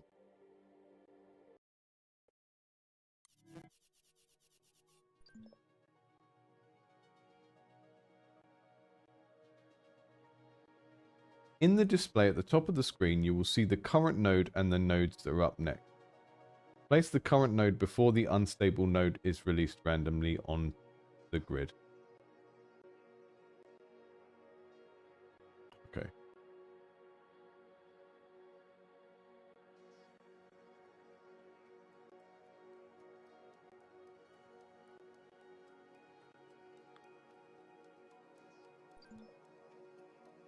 It's not placing it. Each node consists of 2 elements, a core, the big circle in the middle, and the connectors. Okay. It's given me an instruction, but it's not actually allowing me to do the thing in the instruction. Form links between nodes by aligning their connectors. Yeah, I get it. Simply navigate to the location. Okay. I think it's maybe bad practice to tell the player to do something in a step of the tutorial and then not actually allow them to do that, which is kind of what happened just then. Yeah, I've placed the node. Right, so there's a connection. You can use the hold action to store them. Press the hold button action to replace the held node onto the grid. You can put it back there. That didn't work. I clicked and then tried to put it back into hold, and it just put it on the nearest point on the grid, which felt bad. Holding nodes can save you in a pinch or allow you to set up an epic chain of link nodes. Okay. I think this might be over tutorialized. That's my gut feeling with the first interaction, is that a route building game where you have like dots and then arrows to connect them to other dots should be reasonably self-explanatory. And I feel like the amount of stuff that we've just learned in the amount of tutorial steps that have been shown to us as these text cards is just way too much for here are tiles, place them on the board. And some of that might just be that the visual design of the thing isn't as intuitive as it could be. Because if this was like, you know, you're basically making Carcassonne, right? You're making the board game Carcassonne. And I know I have this habit of like, I talk a lot about board games and I sort of like, as if you should know what they are. But you're a game designer and games are games. And someone who is interested in a tile laying game may very well have played Carcassonne or a similar thing. And it's basically the same mechanic here of like, you have stuff on the board, you have roads, and the roads go out in different directions, and that means they can connect to other roads. But the thing is that because it's a physical tile, you look at that and you sort of, if you see a set of them, you see a set of these Carcassonne tiles, there's like a kind of pull in the UX of that, of like, I look at this table, see the people playing the game, or see this, even just seeing the set of components, I look at them, I look at the fact that they're tiles, I look at the art that's on them, and you can intuit like 3/4 of the game mechanics just from looking at the component. The problem is here is what you've got here is this is a tile, but it's not really represented as a tile. And then these are kind of like sockets that the tile can go in. And this grid of stuff has got like this flashing animation, which is kind of weird because it's drawing a lot of attention to it when it's actually not the most important thing. This kind of matrix grid, the kind of pulse that it's doing with the bright pink is sort of like making it feel like this important solid thing when actually it's just the empty space that we're dropping our pieces into. So I think there's a few different things that are connected here. And this is just my first reaction to the game. I understand that I'm kind of over criticizing it before we've got through the tutorial. But I think this attempt to like do this very rigid step-by-step tutorial with lots of steps is trying to compensate from the fact that the like visual and UX design of the game isn't just intuitively doing what the game should do, which is teach itself. And if you show people tiles and you say, this is your current tile, this is your next tile, this is the hold space, the majority of people will just understand what that means without you needing to step-by-step tutorialize it. So I think there's a couple of different things I'm hitting on here. One of them is that if you make the interface of your game intuitive enough, you won't need to explicitly tutorialize it. And that will be better because people will get into your game quicker and see whether or not they like it, right? And remember that your first-time user experience of playing a game isn't just learning to play the game. It's about working out whether you enjoy it. So when we talk about onboarding in video games, and if you've come from a background of like doing software development in a game studio or developing apps, you'll hear people talk about onboarding, and that often gets reduced down to just tutorializing. But tutorializing is only valuable if the user knows that they actually want to use the game or the product, right? So video game onboarding includes tutorialization and the kind of letting them have fun as quickly as possible, right? Because if you don't do that, if you don't get as quickly as you can to the point at which the player is having fun doing the main thing that the game is about, then the game doesn't reveal itself and say to the player, this is what I am. You know, depending on what sort of player you are, you may or may not like that. But if you've got a player that might like your game and you front load too much explanation, they're not going to get to the point where they can actually enjoy it. And that's kind of why I made that point earlier about when we were looking at Wyrm Worm earlier, someone mentioned that the difficulty curve is really steep. Like you hit level 3 or 4 and suddenly there's actually quite a difficult puzzle. That's a good thing because it's getting you very quickly to the way of thinking that the game wants you to do. And if you don't enjoy that way of thinking, then you're not a player of that game, right? So it's kind of like you can apply that to any sort of game. You take what the core experience of the game is in the middle, right? Let's say you've got a 10-hour game. What is the game going to be like at hours 5 through 8? And that is the core experience of your game that the players who come to play that game, whether it's a shooter, whether it's a puzzle game, whatever, want from that game. And you want your onboarding to give people a glimpse of that and not to be like trying to baby steps everything as if you're trying to teach the game to someone who's fundamentally not interested in it, right? And that's really difficult to do. So I'm not faulting the dev for how they've done it here, but you know, the kind of system of you need to place a tile on a grid. Here's your current tile. You can see what your next tile is, and you can save a tile for later. I really don't think that combined with, you place the stuff on the grid and you join the things up using the arrows. Okay. None of that is complex enough to require, 12 different tutorial cards like we've just seen. So let's kind of step through the rest of the tutorial and see if that kind of continues to be a problem. Each time a new link is formed, the node core grows. Place one node and link more nodes to it to see their cores growing in size. Okay, so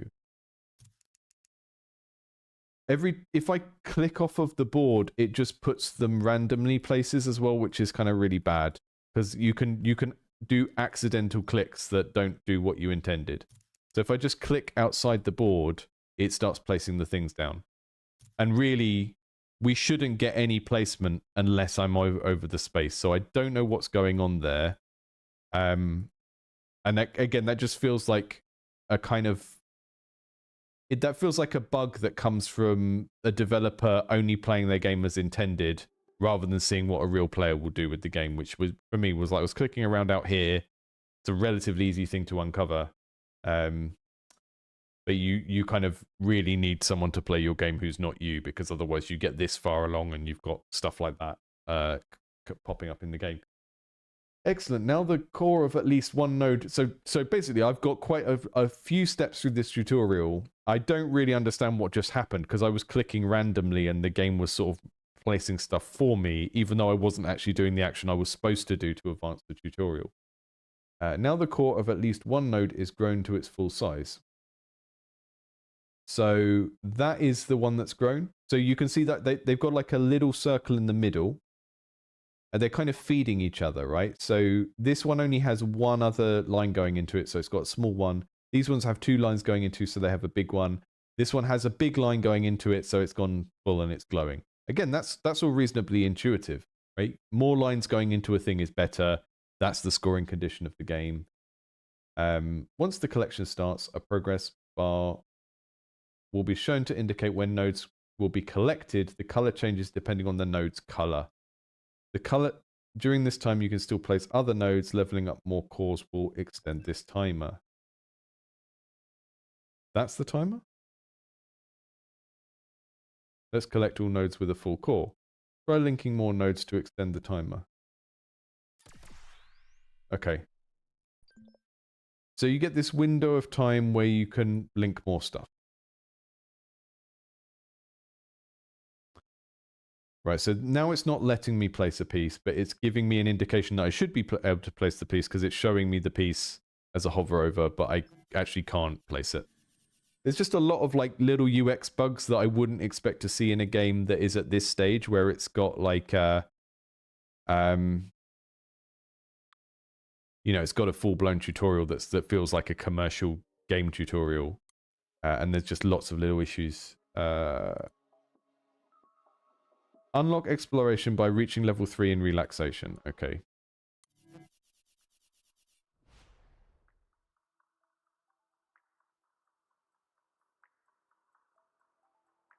Okay, so we want to place this somewhere down here because we don't have many directions to go from it down that way.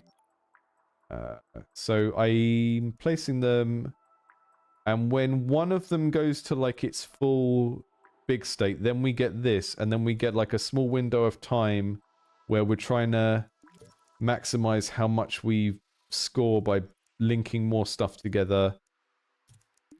I think the core of this game might be really good. I think it might just have a load of UX bugs and like a tutorial that maybe needs thinking about. That's cool. Core game, really cool. It's sort of reminding me of there was that PlayStation game that had like the procedural music where you kind of gradually colored in the grid. I can't remember the name of it anymore. It's kind of similar vibe to that.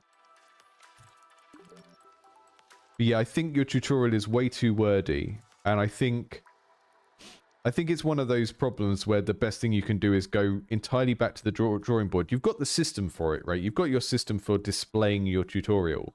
And the best approach might be to just go, okay, what do people actually need to learn? And then like writing that down and then working out a much quicker way to deliver it, because this game is actually incredibly intuitive.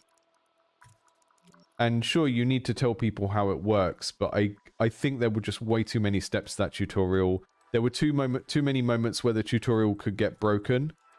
And it just felt a little bit like the tutorial had been kind of a little bit over-engineered before just testing what people actually need to learn to be able to play the game. Because what's really going on here is just like you've got the core of a sort of match 3 type game, but it cares about directionality and whether things link up. It's a route building color matching game rather than just like a adjacency color matching game. And that feels like it's something that shouldn't require loads and loads of tutorial stages for people to grasp it. I think that's like an overall danger with tutorials, is thinking that the goal of a tutorial is to make anyone able to play your game, right? And what you really want is just to onboard the sort of person who's really going to who's really going to enjoy your game. So like, you know, if you take a really extreme example, a first-person shooter game will very quickly tell people how to move like move and shoot and aim and stuff. But it will generally assume that the player of that game has played a first-person shooter and likes them. So it won't like spend any longer than it has to on those things, because doing it is alienating the people that most want to play that game, which is people who already play first-person shooters, you know?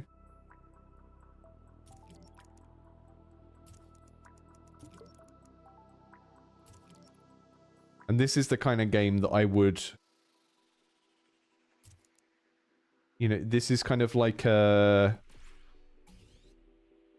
You know, if I was being uncharitable, these kind of abstract, puzzly arcade games, I kind of mentally categorize them as time wasters. I don't mean that necessarily in the negative way it could be interpreted, but it's kind of meditative. You're not like going to go away and talk to your friends about strategies or anything. It's like reasonably casual. And I think that makes it even more important to not expect people to read pages and pages of tutorial to get into the game. You know, if you go and go and download a casual mobile puzzle game, like a Candy Crush or just one that you haven't played before, so you don't have a save game on it, like Royal Match or one of those, and just see how it onboards the player. And there's a good chance it does it by just having levels that gradually introduce concepts rather than having a tutorial, like an explicit tutorial that tells you stuff. And there's a lot of reasons for that, but one of them is that if your game is more casual, which this is, then your players are going to be even less invested in kind of like reading a manual on how to play the game.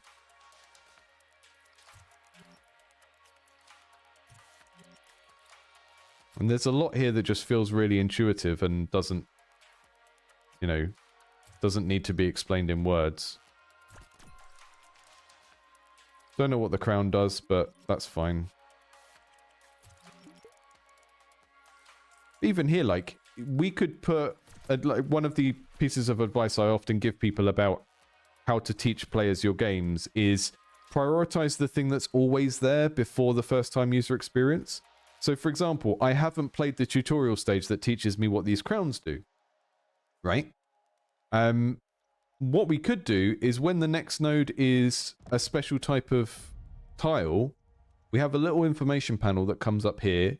We don't make it too bright and bold. Players can just ignore it when they don't need it. But like when this heart goes on and I don't know what it does. Oh, it's just a different shape, I guess. But like when we get this crown and we don't know what this does, just put a little information panel here. And then instead of needing to play that level that is like, here's how you use this game component, the information is just always there. It's the same principle as having like keyword tooltips in deck builders, is that players will stop playing your game at some point and come back and they'll have a save game that has passed the tutorial, and they won't want to play the tutorial again even if you give them the option to. So having those kind of, that should be like a higher priority thing to develop in your game, is the kind of persistent tutorial that exists all the way through the game, the tooltips, the things that the player always has access to. Because that way we can just skip the tutorial and we can learn what the unusual different tiles do as they come up.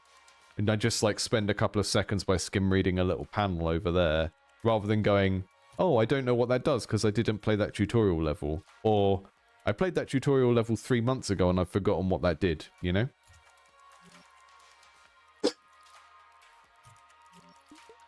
It's a lot better use of your time to put in learning features into your game that benefit players all the way through the experience, rather than learning features that only exist at the start of your game and are like dependent on the player doing the thing and memorizing it for the rest of the game. Because that way, if the player is made to do a tutorial and then they forget what's in the tutorial, they don't really have a way of accessing it again. And even if you give them a way of accessing it again, they'll think, I'm not doing that. I've already, you've maybe played the tutorial once. I'm not doing it again. So like all of those kind of persistent learning features, like tooltips that you can kind of have in sort of that go throughout the experience and not just the beginning, are a much better use of your time, even for like early playtesting. Because you don't really know what your tutorial needs to be unless you've seen what people struggle with and what they need to be taught.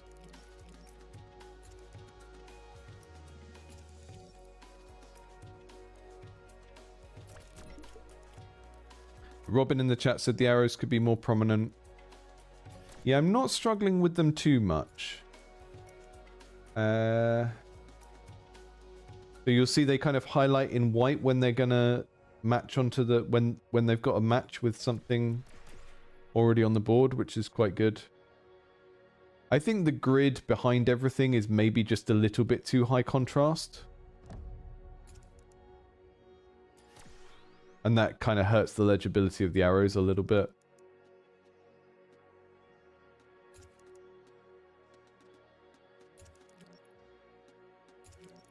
I've blocked that piece off. But yeah, I mean, there's lots of positive stuff here. I like the juice, like the general kind of vibe of it. Music's great. The kind of way it feels to place the items is really nice, which is like a good example of spending the time where it matters for the game. Oh, we've got a new shape. You know, I always think that you should be spending the largest proportion of your time on the thing that is like the thing that the player is interacting with.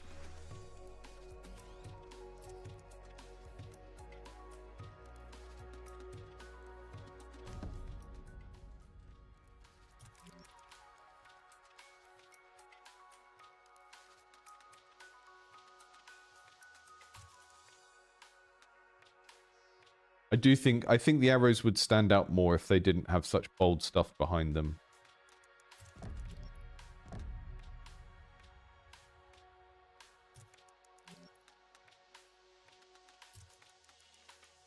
We're on level 4. That means that we've... Can I end run? Yes. Has it unlocked the other mode?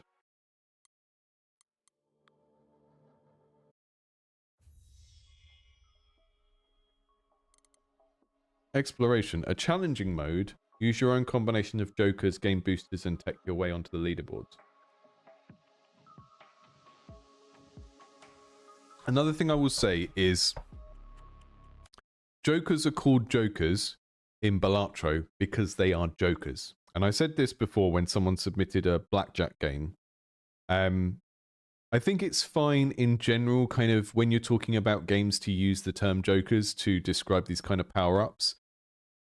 But there's a few things to bear in mind. And one is that Balatro has made the Joker its mascot. And nothing I'm saying here is like an ethical point about copying. It's more about branding, right?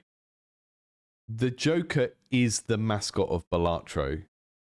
And that means that if you make a video game and use jokers in it as a theme, which I saw a card game that did this last year, and I was kind of saying, this is basically like trying to open a burger joint and have a clown as your mascot when the clown is the McDonald's mascot. And it's not a kind of copyright thing. It's not a creative morality thing. It's just that you're missing an opportunity to have a unique identity for what you're doing. Now, in that game, it made sense, kind of, because it was still a card game based on a generic deck of cards, and jokers exist within that. In Linkshift, that we were just looking at, there is no reason why a power-up would be a joker, right? And if you think about the audience for this type of game, this is like a casual arcadey puzzle game. And the thing about casual audiences is that, you know, there's been like whole books written about this of what does it mean for like games to be casual or hardcore or whatever. And the thing that really defines a casual gamer is a lack of investment in gaming culture generally, right? So the things that define a casual game are, can I interrupt the game very easily? Right? Like one of the things that makes Dark Souls a very hardcore game is you cannot interrupt the game easily. It is not a game you can pick up and put down as you do your chores or as you do something else. You have to put your full attention on it, right? That's one of the things that determines if a game is casual or hardcore. How interruptible is it? How much does it require knowledge from other games and games culture to play? That is something that makes a game more hardcore or, you know, less hardcore or more casual. Jokers is a piece of gamer lingo now. Right? And that means that if you make a very kind of hardcore game, you can probably use a piece of terminology like jokers and people will know what you mean. But the audience for this may never have played Balatro and they don't know that jokers are a thing now. And you're using joker to mean like a persistent power-up that modifies the game in some way. So just call it a power-up or come up with something that fits the fiction of your world, which is that this kind of like neon punk, you know, retro cyber thing. But none of that relates to playing cards. So as a player that's come in that hasn't played Balatro, like why have we suddenly got playing card terminology in this, right? I understand why you've put the playing card terminology in, because jokers mean a particular thing in games now, but they don't necessarily mean that to the audience for this game, which is perhaps a bit more casual. So there's a lot of things to think about there, but yeah, like they're called jokers because it's a card game with jokers in it. You can try and copy that into other games, but it makes it very obvious that it's coming from Balatro. And the thing that Balatro does with jokers isn't really unique enough for it to become this keyword that is used in other games that don't have anything to do with card games. And by doing that, you're just kind of creating this very nerdy, specific piece of lingo that perhaps doesn't need to exist in a more casual game, or will just be confusing for people in a more casual game because they haven't played like every, you know, it's not even the same sort of game as Balatro. It is like a quick reflexes type game, so you're not going to necessarily get the same players who know what that term means. So I would think about that kind of theming choice. Yeah, I think relics is way more transferable than jokers in a lot of games, because games often have some sort of fantasy or sci-fi theming where the idea of relics works, right? Yeah, a joker in Balatro is a persistent power up, and it kind of and they kind of modify the game considerably in some way. Right, let's check out Knights of Nil. And I think if I whiz through this, we will have time to look at the repeat games. I have a hard stop in half an hour, so yeah, I think we're going to get through everything in the list. Let's check out Knights of Nil. This was in the list for Indies Under the Knife for a while. Sorry I didn't get around to it, but thanks for joining the Patreon.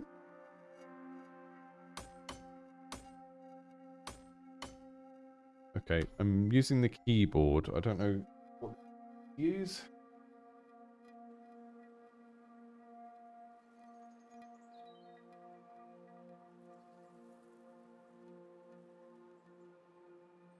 Control your villages one by one in this action RTS survival game. Build, defend, and survive night after night across procedural island.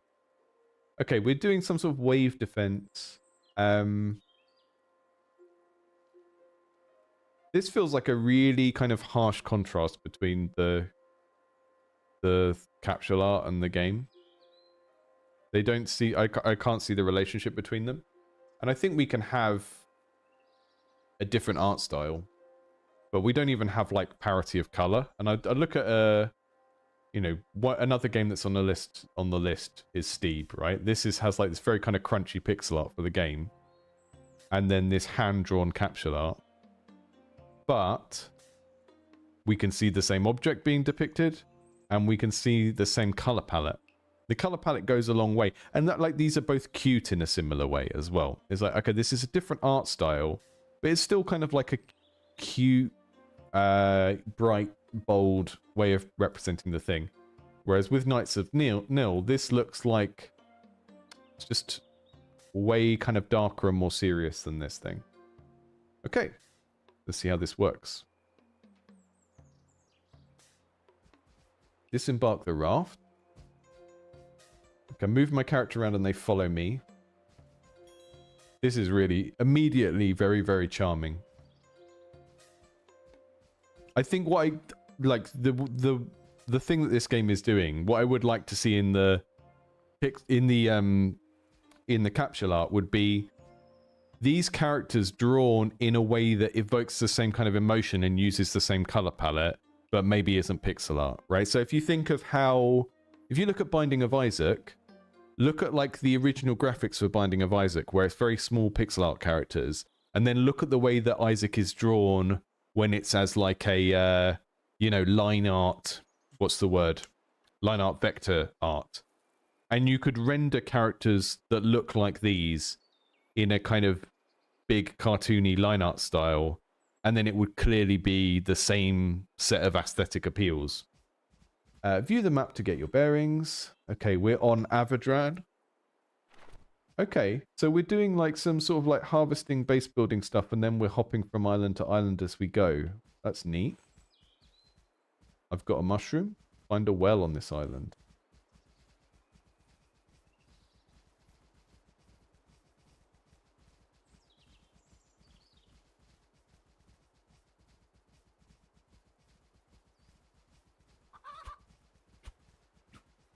Got a nice little bit of game feel when you do an attack and the kind of very simple animation where the sword sort of sticks forward and then the character sort of zooms to catch up with them. Feels pretty nice. I can pick up these objects. That looks like a coin, but it's really big. It could be a shield. I can switch my characters with one of the shoulder buttons. Oh, okay, and everyone can pick up a different object.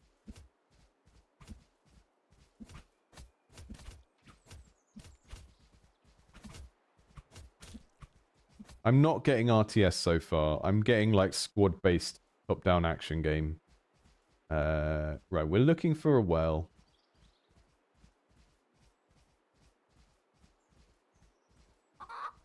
Chicken. Switch to someone with more health.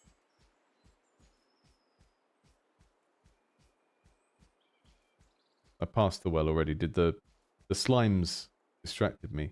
It is similar vibes to Dot Age. Yeah, that would actually be quite a good reference point for the marketing.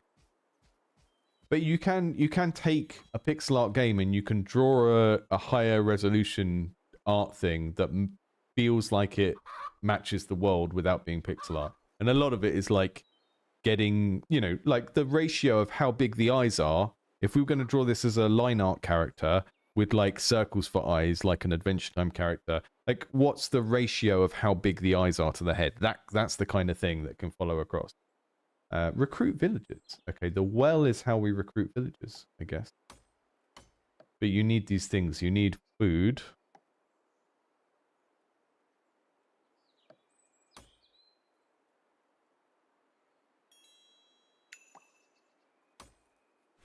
Right, select a worker villager. It's a little bit disorienting when you go from one character to another one and they're quite far away. Because I just went from my leader to my workers and I can't really see... Ah, there we go. They're on the map, so my workers are down here. It's a little bit disorienting.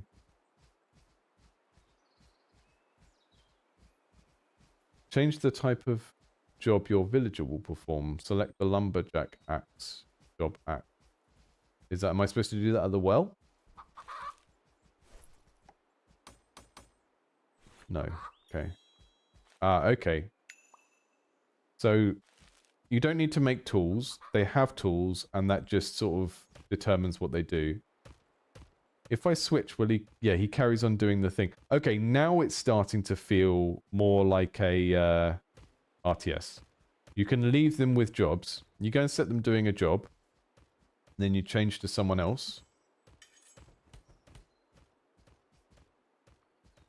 I guess that's not a hammer for hitting rocks. No, that's a pickaxe for hitting rocks.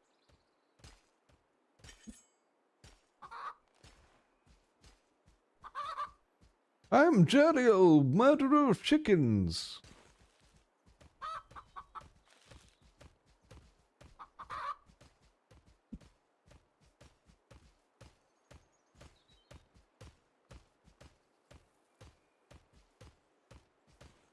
So the well is basically the center of town. Those guys are just doing their own thing now. But we can't get any more workers until we've got some food. So I guess that means that our leaders need to kill some chicken. Or pick some mushrooms.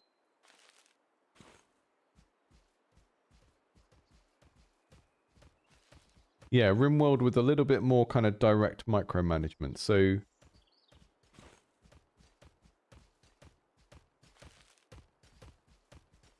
we can kind of manually go and harvest stuff and take it back to the base. I really like the core of what this is. There's something really satisfying about the fact that, like, okay, it's very repetitive to do the harvesting in these kind of like survival crafting games where you have to just keep going and getting a thing and taking it back to a place. But the fact that you have this, you know, already existing layer of automation where you can set people jobs before, I really kind of like that. And you can see how... Now, I'm not going to get to play it for long now. It might be... This kind of feels like the sort of game that I already want to do a longer stream of, because I just kind of feel like I could sit here and play this for a long time. But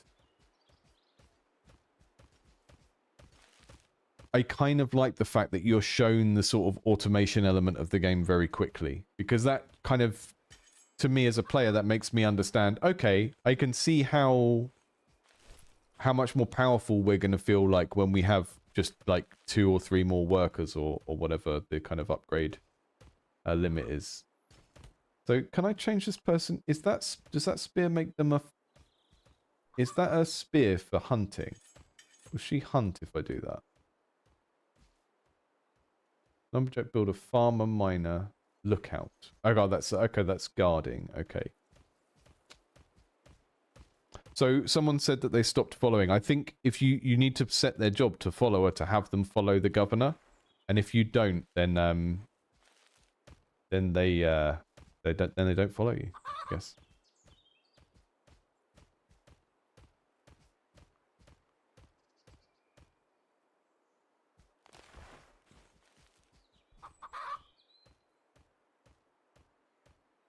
Okay, it really wants me to chop down a tree myself. And kind of that classic thing of like, I'm trying to work out the game myself, and the game is like, no, you must do my tutorial steps.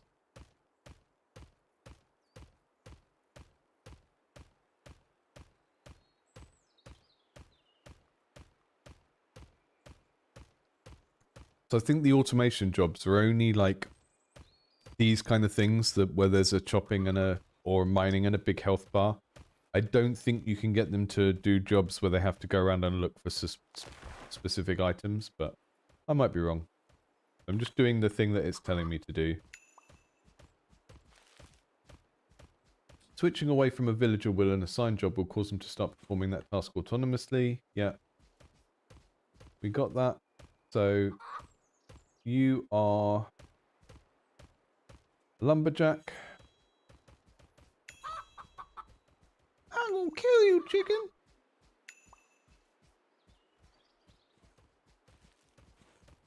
You have enough wood to build a farm. Okay.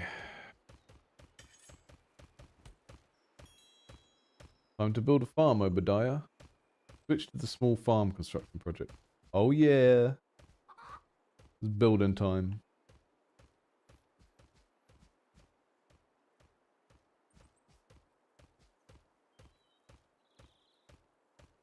Okay, you're saying switch to the small farm construction project, and it's telling me that the Y button will do that. But when I press it, it's only bring up the big house.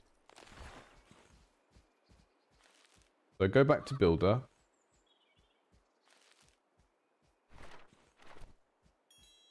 Ah, there we go. Also, it's called a farm rather than a small farm. I know that's a minute thing, but it might be an indicator that you're doing like... You're not inserting the names of the actual buildings into the tutorial text, which might be a good thing to work out how to do, so that when you change the names of things, you don't end up with a tutorial text that doesn't have the correct references in. Start your building project. Move your villager around to change the placement of the structure. Okay, we're just going to put it right here next to the well. And then if I change, he starts building, he's building a farm. Building it with his hammer. Goblins will invade the island each night in increasing numbers as the days go by. They will rally in groups across the settlement before descending on your settlement. They have a chance to eliminate some or all of them before they attack. Okay. Can we see them?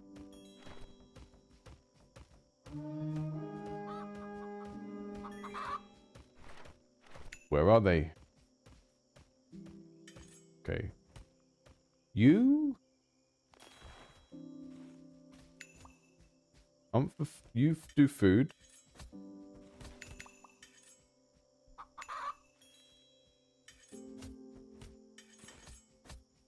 Uh-oh. Uriel is dead! That was a very unforgiving first encounter, and now we're getting the chilled out Minecraft type music while we get murdered by slimes. My farmer's dead as well.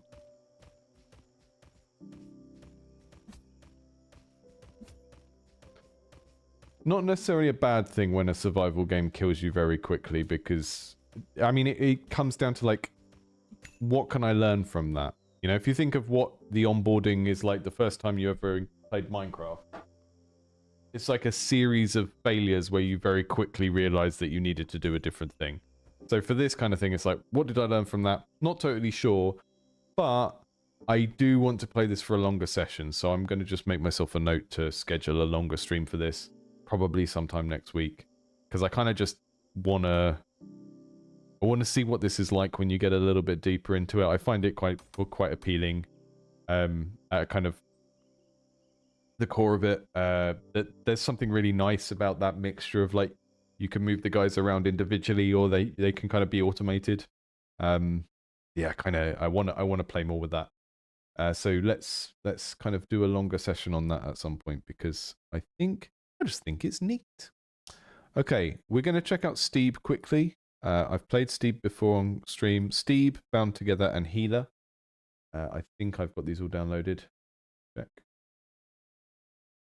I don't know how different Steeb is going to be from the last time I played it, because the last time I played it, I played the first 10 minutes, and maybe the first 10 minutes is exactly the same. Uh-oh. Uh-oh. Maybe we're not going to do Steeb, because... Oh, there we go. Okay. So this is like a... Kind of reminds me of some of those really early top-down games, like... Was it just called Adventure that was like the top-down kind of gradually unlocking a map?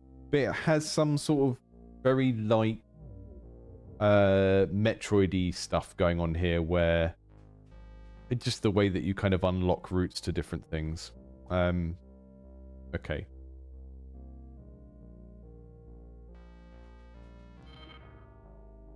So there's a little bit of a story. You're collecting scraps. They are kind of like money and XP at the same time.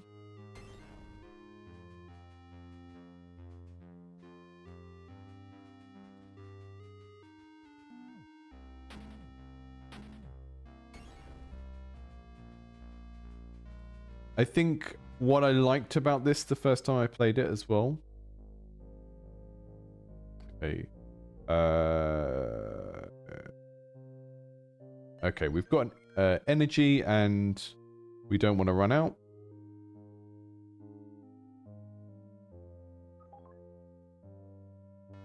We've got like a little upgrade tree. One of the things I liked about this the first time I saw it was, like, you're going around mining things and digging things up, and it really looks like it could be like a incrementally driven mining game like SteamWorld Dig or Motherlode or something like that, but it's much more exploration focused. It just sort of like combines the kind of digging to get through an obstacle with the digging to get resources kind of thing, and I like how elegant that is, of like doing a couple of things with the same mechanic. Checkpoint. And what's this? We're gonna extract some bio information. What does that mean? That means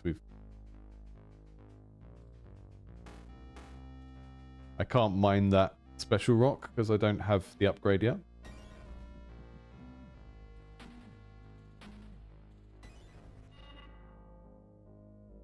This is I researched that biosample, it made me faster. There we go, that's what that chip does. Can't afford any more upgrades.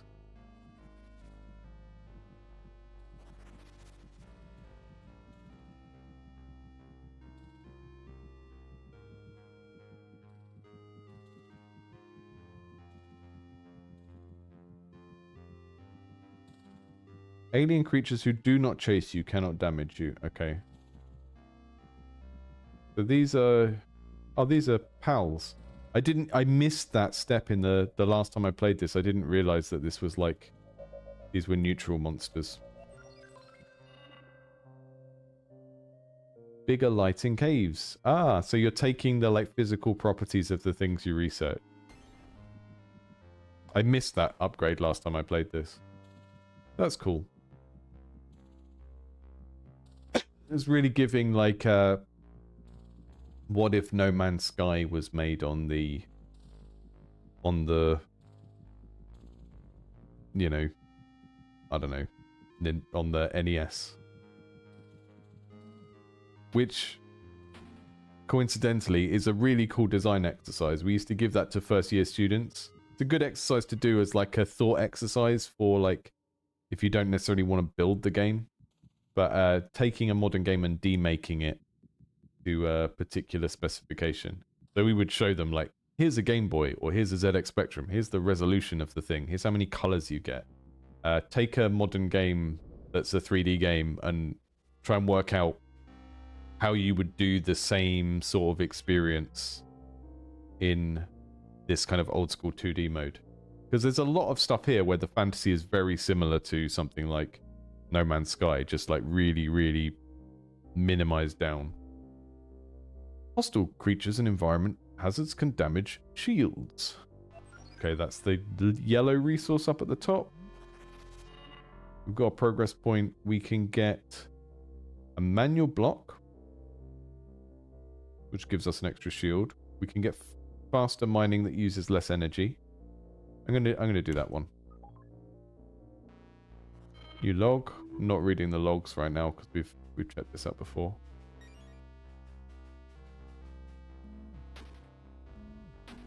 Rock hidden in the plant.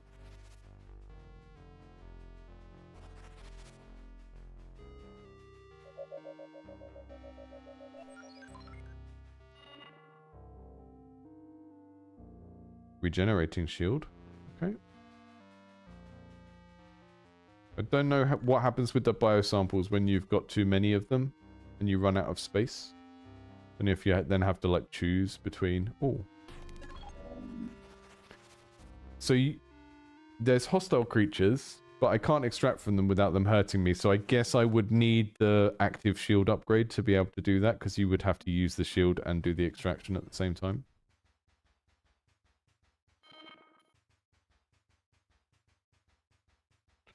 Jordi Aiden, I don't understand your question. I don't understand what you've submitted a game to, or what you're expecting.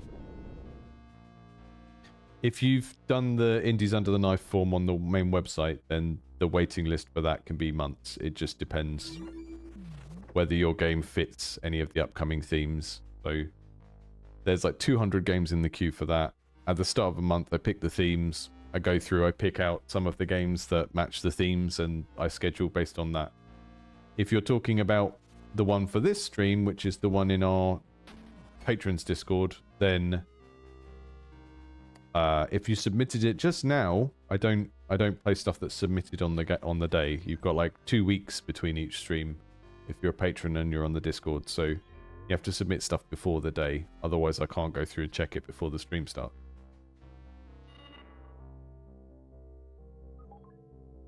Extract 2 times faster. Ah, okay, that expanded the bioabilities library thing. Okay. That's enough Steeb for today. I really like this game. It's a weird one to stream because I think if you watch too much of it on a stream, you lose all of the kind of wonder of uncovering stuff. And I do like the kind of gradual unfolding of things in this game. It's a kind of Metroidvania in the sort of structural kind of meaning of the term, you know, where you're just kind of exploring a space, gradually unlocking abilities that allow you to go back to other places. And I like that. I find that stuff fun. Let's check out Healer again.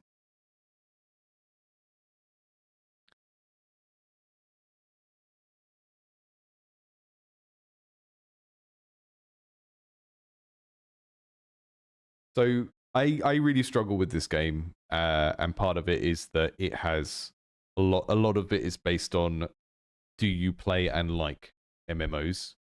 And for me, you know, the appeal of MMOs is playing a game with other people. So if you just take like the UX of an MMO and like how an MMO handles fighting and stuff like that, and then like apply it to a single player game, I'm like, this is an MMO. I'm not talking about this game specifically, but the idea of taking the way an MMO works and making a single player game out of it is like, okay, you've got like the bad parts of an MMO and not the good part, which is playing a game with other people. So I struggle a lot with Healer because so many of the conventions of like how you use the controls and how you interact with things are like World of Warcraft, RuneScape stuff.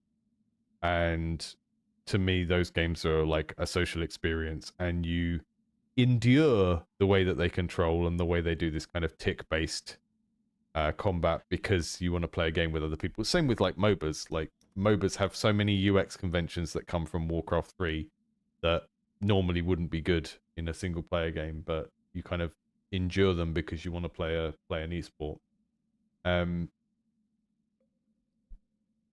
Yeah, Dragon Age 1 and 2 do very much have single player MMO kind of vibes. And I know people don't like Inquisition and what's the last one? Belguard, because they are sort of colourful God of War type nonsense, but I feel like at least it kind of got its own identity at that point. Space. So restoration, heal nearby enemies. Third usage is 3-second heal double. Fourth is a penalty. Okay. Sanctuary deals damage and restores health to all targets in the area. Ultimate spell casts the light, healing all. Resurrect nearby. Okay, so we've got a resurrect now, which we didn't have before, which was good because this game really suffered from action economy, where when you lose one of the heroes, your damage output goes down so much that you just can't continue the game. So it kind of, the problem with that kind of thing, when you have this kind of thing where you're playing a support role and you can't bring people back, when you've lost someone, the natural thing for a player to do is just to quit the game and retry. You don't necessarily want a game that encourages that too much.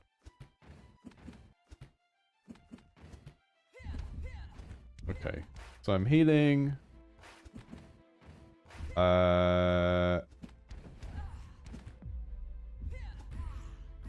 We still don't have their health bars on the battlefield, which is kind of weird because it makes me have to look at their model and then look over here and work out who is who.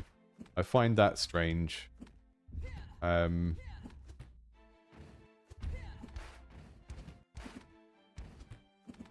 yeah, it still does just seem to come down to like mashing the thing, which again, the thing is, I understand that this is how combat works in an MMO, but in an MMO, you're motivated by the kind of social contract that you're gonna like help out these real people. And I find this game just generally an interesting experiment, but it feels a little bit like one of those cursed design problems where like I like the idea of taking a support class in a dungeon crawler and trying to work out how to make a single player game where you play as that support class. But that's an interesting design problem to do as an experiment. I think when you've got an idea like that is so experimental that you don't really know how you would do it, it's not necessarily the best idea to use for a commercial games project, right? And that's kind of, you know, I make weird games. Most of what I make is a weird experiment. And I don't mind doing that because my goal with those is not really to try and make a game that people will buy. I know some people will be shocked by that because, you know, game dev discourse online is really, really dominated by kind of commercial thinking and not by like, let's make weird stuff for fun kind of thinking. And this kind of game concept, I put it more in that category of like making a weird thing for fun and seeing what happens. But you can see some of the problem with it if you just look at, so if you've played played any of the kind of hero team shooters like Overwatch, one of the things that Blizzard had to do with Overwatch is bribe people to play support roles, right? So they would, I think they did it I haven't played Overwatch 2, but I think they basically made it so the classes were locked eventually, so you just had to have a specific proportion of things. But the thing is, when you've got like a fantasy that is based around being a cool superhero and defeating the enemy team, it attracts a lot more people that want to be a carry, like a glass cannon type character that is dealing damage. And that meant that the issue that Blizzard had with Overwatch is that the proportion of people that want to play a support is really, really low. And that meant that they basically had to bribe people to play supports by introducing other mechanics in the game that rewarded you for being a support or got you into a game quicker. I can't remember what it was. But they had an issue with like just people not wanting to play support roles.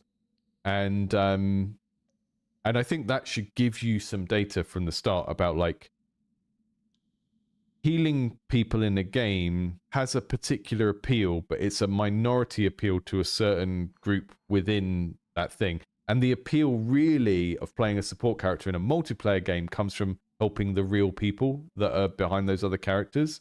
Whereas I think the issue here is that it's like, I can't really think of someone who wants to play a healer in a sort of single player game, because the kind of social reward for like helping out other real people and feeling good about it isn't there. I'm gonna have a look in a minute. We'll have a look at the Baldur's Gate character class stats, because Larian post all of their thing about like what class do people choose.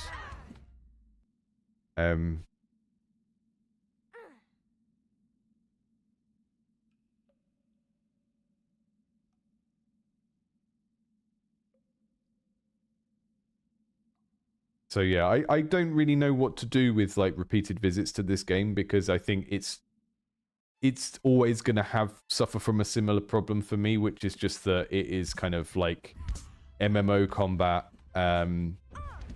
without the multiplayer aspect that makes MMO combat kind of okay for people. So I really think this is at a point where it needs to be shown to people that are the right audience for it, and I don't know how you find those.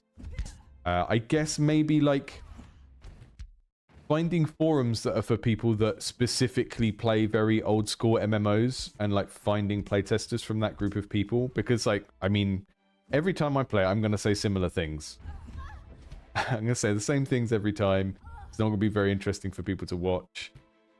It's that thing that we talked about earlier. It's like a niche within a niche, and it could be really good for that niche of people. And you could have a game that like, there's this group of people, could be 100 people, could be 10,000 people that really like this. But if you want to build a game that is for that niche of people, you need to find them, and you need to start involving them in the process, because I'm not those people. Yeah.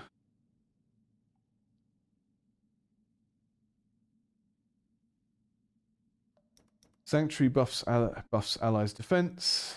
Restoration claps. Okay. Which one is Sanctuary? That one. Okay, cool. We lasted a room. We can do a res. It's quite funny that we have to wait for that, even though there's like no threat. We're just like wasting time.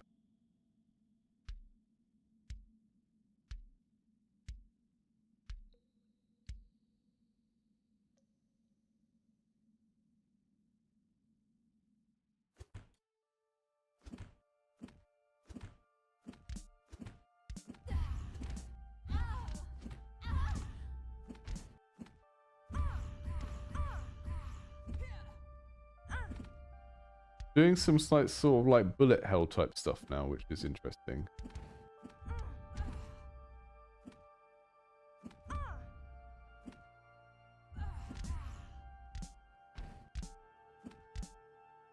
I'm gonna resurrect everyone. I'm gonna stand in this big red triangle of doom and resurrect everyone. I don't feel like I'm learning how to succeed when I fail as well, which is you're gonna have to get some people that are really invested in wanting to be good at this to see how the retry loop works for them. But like when I fail, I don't really feel like I took away any lessons that I can take forward in like how to do better the next time.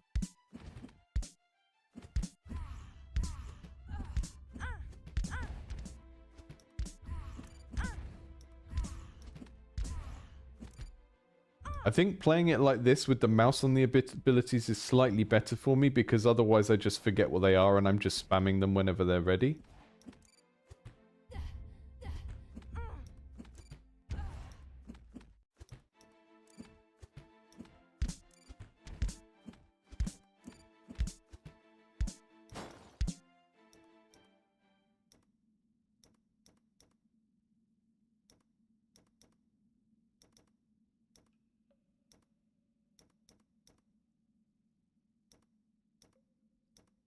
Sanctuary increases power by 15 to both allies and enemies for 15 seconds. Okay, that's cool.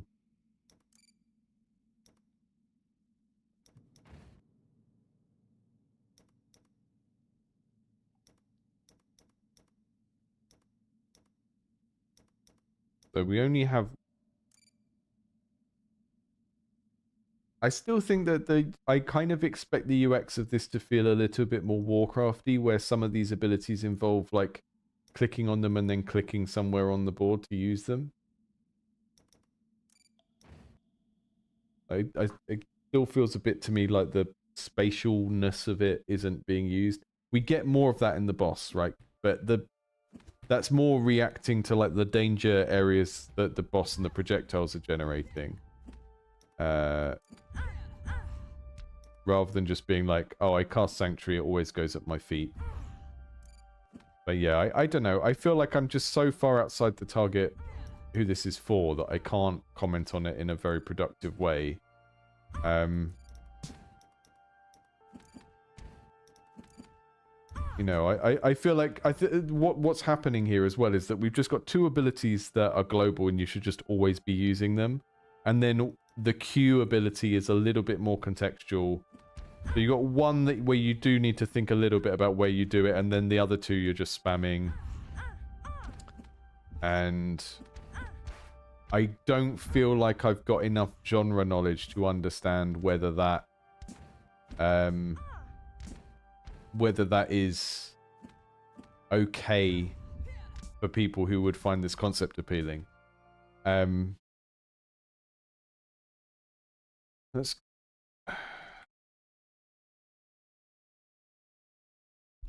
You really need to drill into like who plays this class and what they get out of it.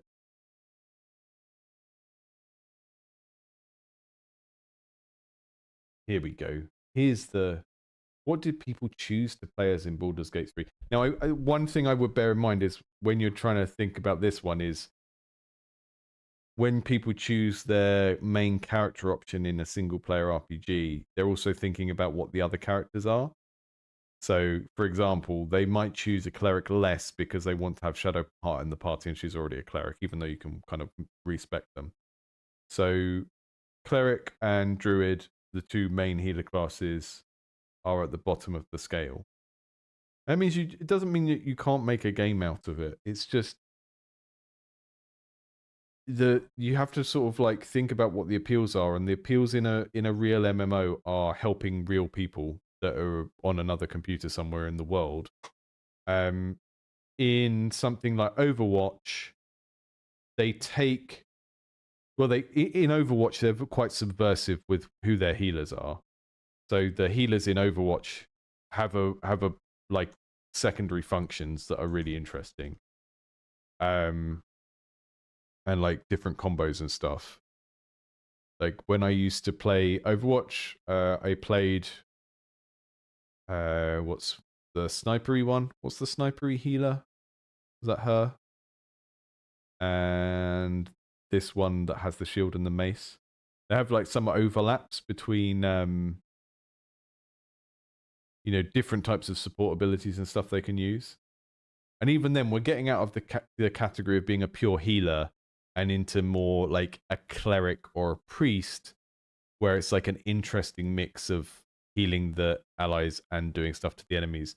you've kind of condensed everything into 3 abilities so that you have abilities that damage and heal at the same time.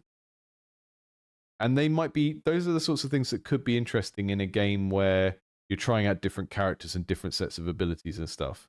But because you've sort of arranged it so this is like the first character you play as, it just feels like there are 2 abilities that you're encouraged to just constantly spam because it doesn't matter where or when you cast them. And one that is a kind of catch-all, but it only happens locally to you. So you have to like run in close and stuff. I think the sort of core of the game and everything could work.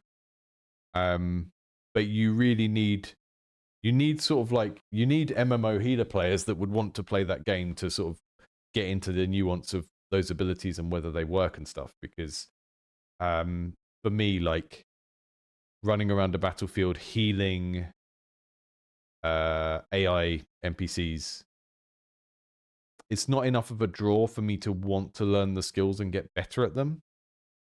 And I think I think there's something there about like action games and the fact that when you're playing an action game and you're destroying stuff, there's a very clear impact on the game world that you can see. You know, if I'm playing Diablo and I kill a goblin, I can see what I did very quickly because something went away. Even if I just smash a barrel, I can see what I did. Like I had an impact, something went away, which is why violence is such like a powerful thing for people to be able to do in games, because it allows them to see what their impact is. Whereas when you're healing, the impact that you have is really indirect, because you're healing a character that you don't have control of so that they can carry on doing what they're doing, right? So if your warrior is fighting people and killing them, if you're healing the warrior, that keeps happening. But it's not a direct result of the ability that you used. So it creates this indirectness that is kind of unsatisfying. And I think that's a problem for this kind of healing-based theme. Because as a player, the things that you're trying to do don't result in like an immediate payoff where you can see what happened. And that means that you don't have like the micro rewards. Like when you're playing a hack and slash like dungeon crawler game, even just like smashing a barrel and seeing that there's 1 coin in it gives you like an immediate payoff of like cause and effect that you as a player did in the world, because you're choosing to do something and then it happens. And the problem with the healer theme is that what you are creating is a situation where what the player is doing is not directly affecting the world, you're affecting the world indirectly. And instead of trying to, what happens in most combat games is you have a big goal of clearing the room, and you accomplish that by doing lots of smaller goals of defeating individual enemies, right? So you have a mechanic which is attack, and then that turns into the like defeat an individual enemy, and then that turns into clear the whole room. So it's kind of like got this fractal nature of you're hurting things in order to kill them, and you're killing things in order to kill the entire group, right? And that gives the player like a sense of consequence of what they're doing. That's sort of like loads of nice little dopamine hits of like managing to kill different enemies and then killing the whole group. And the player feels responsible for that. But we don't have that in the healer fantasy. And that means that instead of it being a game about trying to do something and very clearly feeling like you're doing it, it is a game about stopping something from happening, right? So you're trying to stop the other characters from dying. And I think that can be done, but you need something more satisfying that can happen in the interim. So if we think of it at a more abstract level, what other games are there that are about stopping a fail state, right? Tetris is about stopping a fail state, because Tetris can go on indefinitely. And the main thing you're trying to do in Tetris is to not lose, because when you lose in Tetris, the board is full up and you can't play anymore, right? So you've got a similar sort of design problem in Healer as you have in Tetris, where the thing you're trying to do is not necessarily complete the thing, it's trying to stop the fail state from happening. But in Tetris, we have these satisfying moments where we get to destroy something and feel like we did something and we made a cool choice. Now, that's what's missing from the current design of Healer, is that there are no moments where, like, an enemy gets removed or something satisfying happens that the player feels like they did. Because all of the interactions with the game state, with you know, if you imagine like an abstract tug of war of like what percentage is the party towards winning the room and like wiping out the enemies versus getting wiped out. Imagine that tug of war.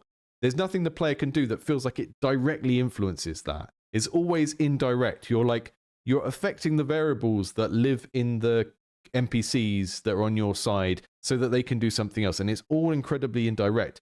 And that means that you don't have small moments of satisfaction where you feel like you took a chip out of that health bar. And I don't know how you solve that problem. I think it might be a problem that is inherent to trying to make a game about healing people, because it is about trying to stop something from happening rather than causing something to happen. So I give you the Tetris example because Tetris is a game about stopping something from happening, right? You're trying to avoid a fail state, but it does give you those little micro payoffs of clearing a line or clearing 4 lines.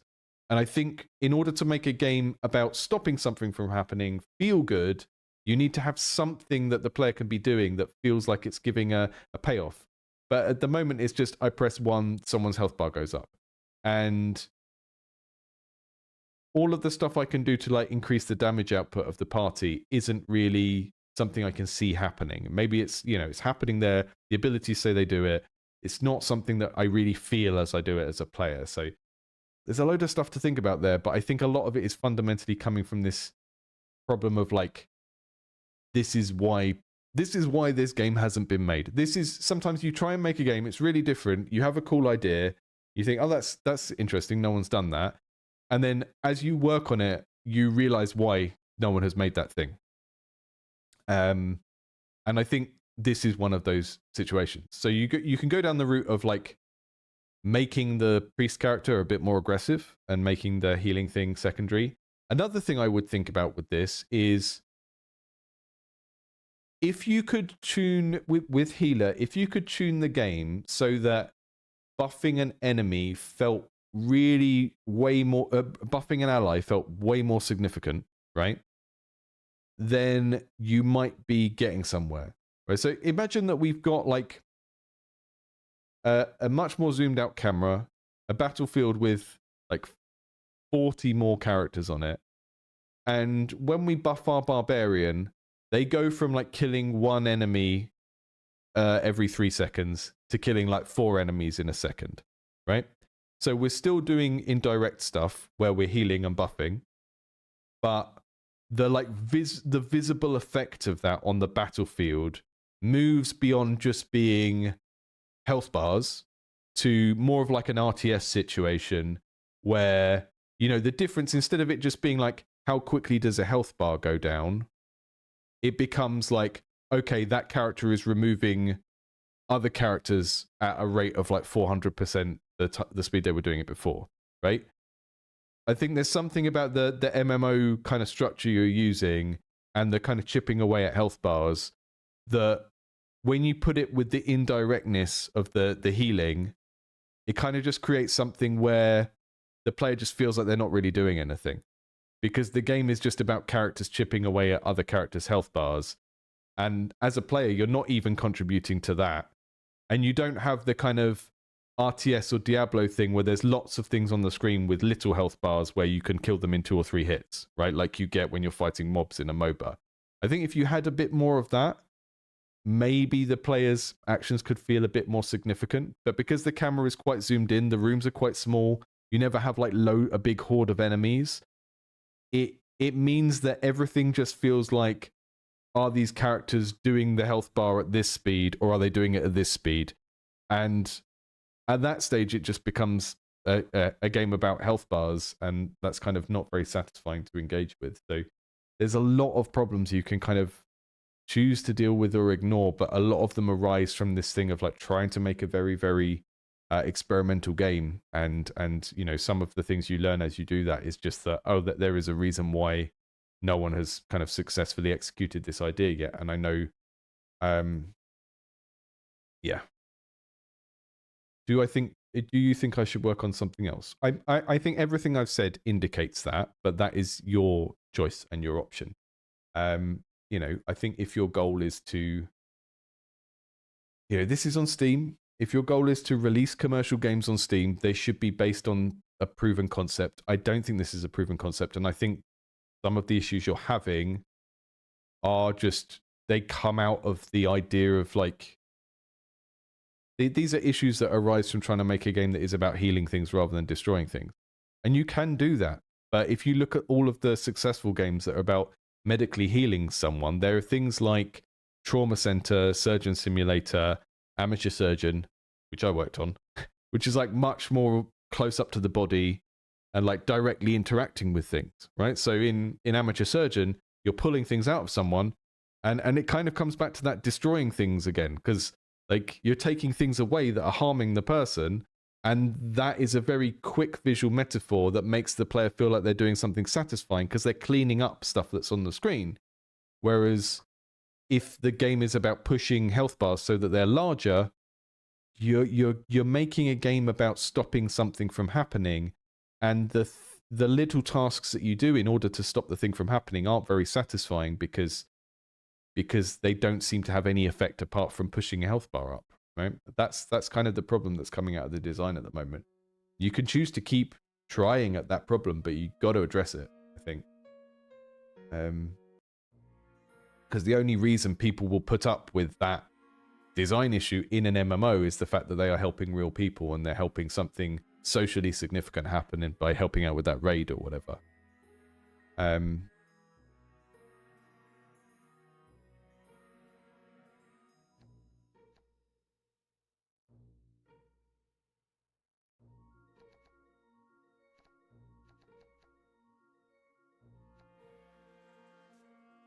I mean, I had a similar issue with Healed to Death as well. You know, Healed to Death was on the channel ages ago, and I had similar. It was like a better implementation of the idea, but I still didn't sort of dive with it as well. Okay, very quick look at this, and because I've got a call coming up after the stream, so I can't look at this for longer than 5 minutes. But let's just check it out again. This is called Bound Together. This says, seeking feedback on whether these updates have done enough to differentiate my game from Slay the Spire. Okay. I remember seeing this game before, and for me, the issue was not differentiating it from Slay the Spire. Slay the Spire has a perfectly good way of doing things. That's totally fine. And if you make a deck builder that is about fighting monsters, it's totally fine for it to be 90% Slay the Spire, because all you're doing then is having an interaction language that works for people. The main issues I had with this was there was kind of some story that I felt didn't justify its own existence. And that sounds a bit weird, but what I mean is that people don't play these kind of games for story, and the game really needs to need the story in the places where you decide to put the story, because the longer you spend giving people story, the more that the kind of information they need to play the deck builder goes out of their head, because they need to be thinking about the cards in their deck. Yeah, I don't think differentiation from Slay the Spire is the issue. The other is just the theme of it kind of feels a bit kiddie. And I mean, the other thing is with one of these games, you generally want to show people that there's some kind of variety in the game, and like, what does building different decks look like?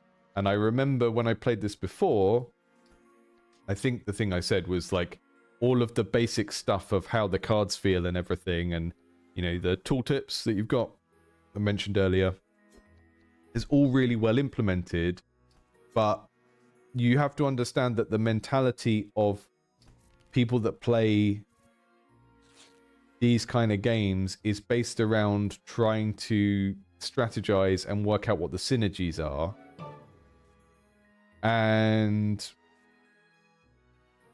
so like the size of the content library and the variety of what the cards do and how they interact with each other is really what determines whether one of these games is good or not. So I almost feel like just seeing the library of cards would tell me everything I need to know about whether this is a good one of these games. And I don't think, is it too much like Slay the Spire is actually the thing we need to worry about.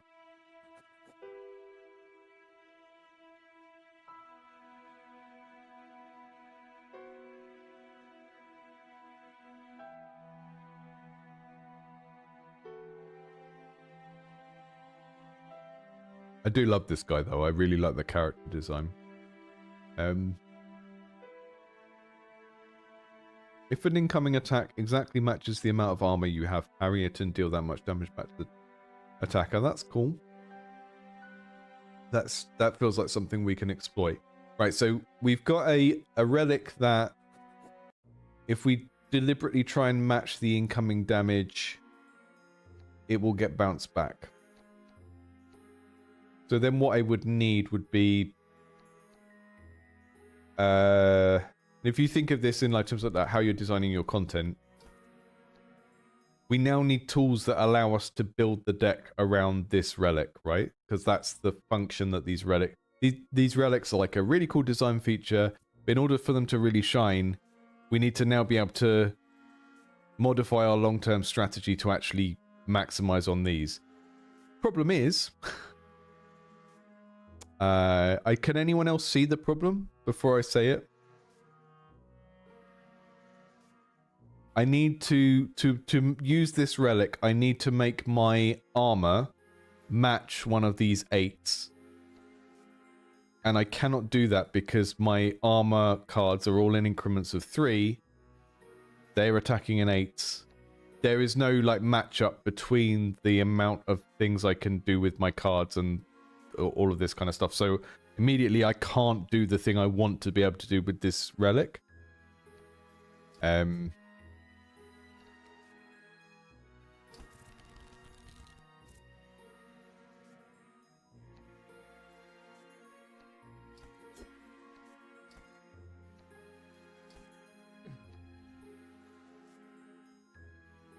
think the concept of copying is just fundamentally unhelpful here because people use how one game works to understand the rules of another game. So, you know, if there's a game that is best in class in a particular genre, then your game should be like it in some ways. But yeah, I've kind of... The issue I've hit here is that the relic is not doing what it should do, which is like, I get the relic, and then the relic gives me some guide to like how I build my deck and how I pilot my deck because I want to trigger the relic. But because of the numbers used, like if all of the enemy attack numbers were multiples of 3, then I would have a better chance of triggering the relic. But I can only trigger the relic if I can get my guard to exactly the amount of damage they're going to do. And I currently can't do that, so it's a useless relic. So those are the kinds of things that we need to think about. And I know it's really micro, but that's the sort of thing that I see, and that makes me think, oh, the game is kind of broken because that doesn't work in a way that I can actually play around, you know?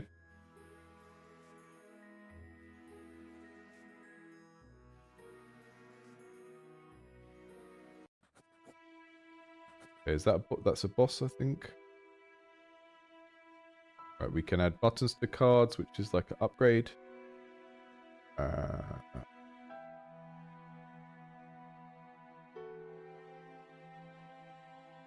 When the card is discarded, draw a card. When this card is discarded, deal 2 damage to a random enemy.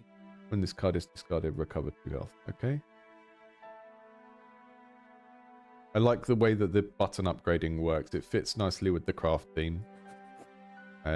I like the idea of not just having a plus version of a card, but like different upgrades you can apply to cards that do slightly different things. That's neat.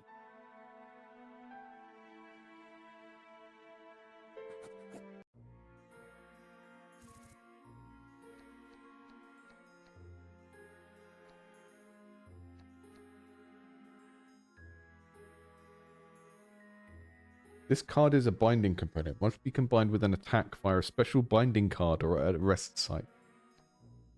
Excuse me, what? Massive kind of complexity leap there in terms of... what that is. Some of this is the stuff where if you've got like a full-sized Slay the Spire game and you've got a more complex card like that, you can just hide it until later by making it so that you don't unlock it in the first run. I'm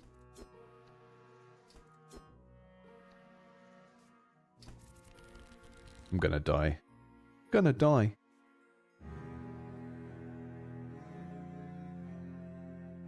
Yeah, so basically what I see here, I like the card combining idea. I find the fantasy a little bit difficult because it's kind of in Toy Story sort of territory, which is fine, but it's not like Slay the Spire is weird, but it still fundamentally has a kind of here's the warrior, here's the rogue, here's the wizard type thing that you can kind of get your head around, and it sort of helps you understand how each deck might play strategically. Whereas with this, it's kind of we're always starting off with the same character, and then you get your upgrade tree from there. And that's kind of a matter of scope. But the theme doesn't really give us a way to start off with a different thing that plays differently. So that's gonna be an issue for people, and it's gonna like limit the appeal of this game, because people are going to come from similar games that are more complex and have more stuff in, and not necessarily want to downgrade from those. I like the upgrading mechanic of like putting the buttons on the cards. That's a good use of the kind of crafting stuff that you've themed the game around. But that experience I had of like getting a relic and then immediately realizing that the numbers in the game made the relic not work, that was really unsatisfying. And for me as a player, that would make me think like, I don't want to play this game because the developer hasn't given me the toys that I need to enjoy this the way that it works. So, for people that missed it, I got a card that if you match the incoming damage exactly with your shield amount, it would deflect it and deal damage back to them. That to me was like, cool, that's really cool. I've got like a little thing I can try and play around and exploit. But the enemies were doing an even amount of damage, and my shield was only in odd numbers. I could only add 3 at a time to my shield, and the enemies were doing 8. That was really, really unsatisfying. So I would have a think about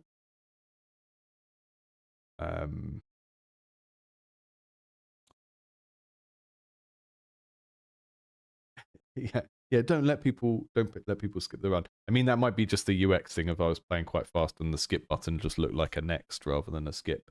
But yeah, like have a think about those relics and think about how the numbers work, because there might be, I think Slay the Spire uses 3 as a base for lots of things, and I'm not sure why that is.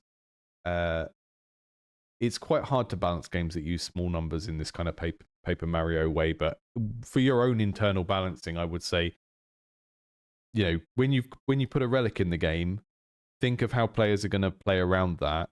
Think about the kind of synergies players want to do, and then make sure that the rest of the cards that they have are aligned around that thing, because that was really, really kind of like unsatisfying, that particular interaction that we got there. And it may have just been bad luck.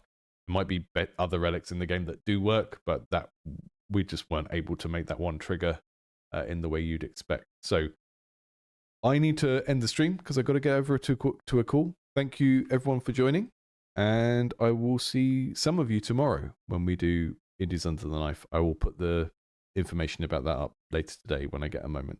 Thank you all, and see you later.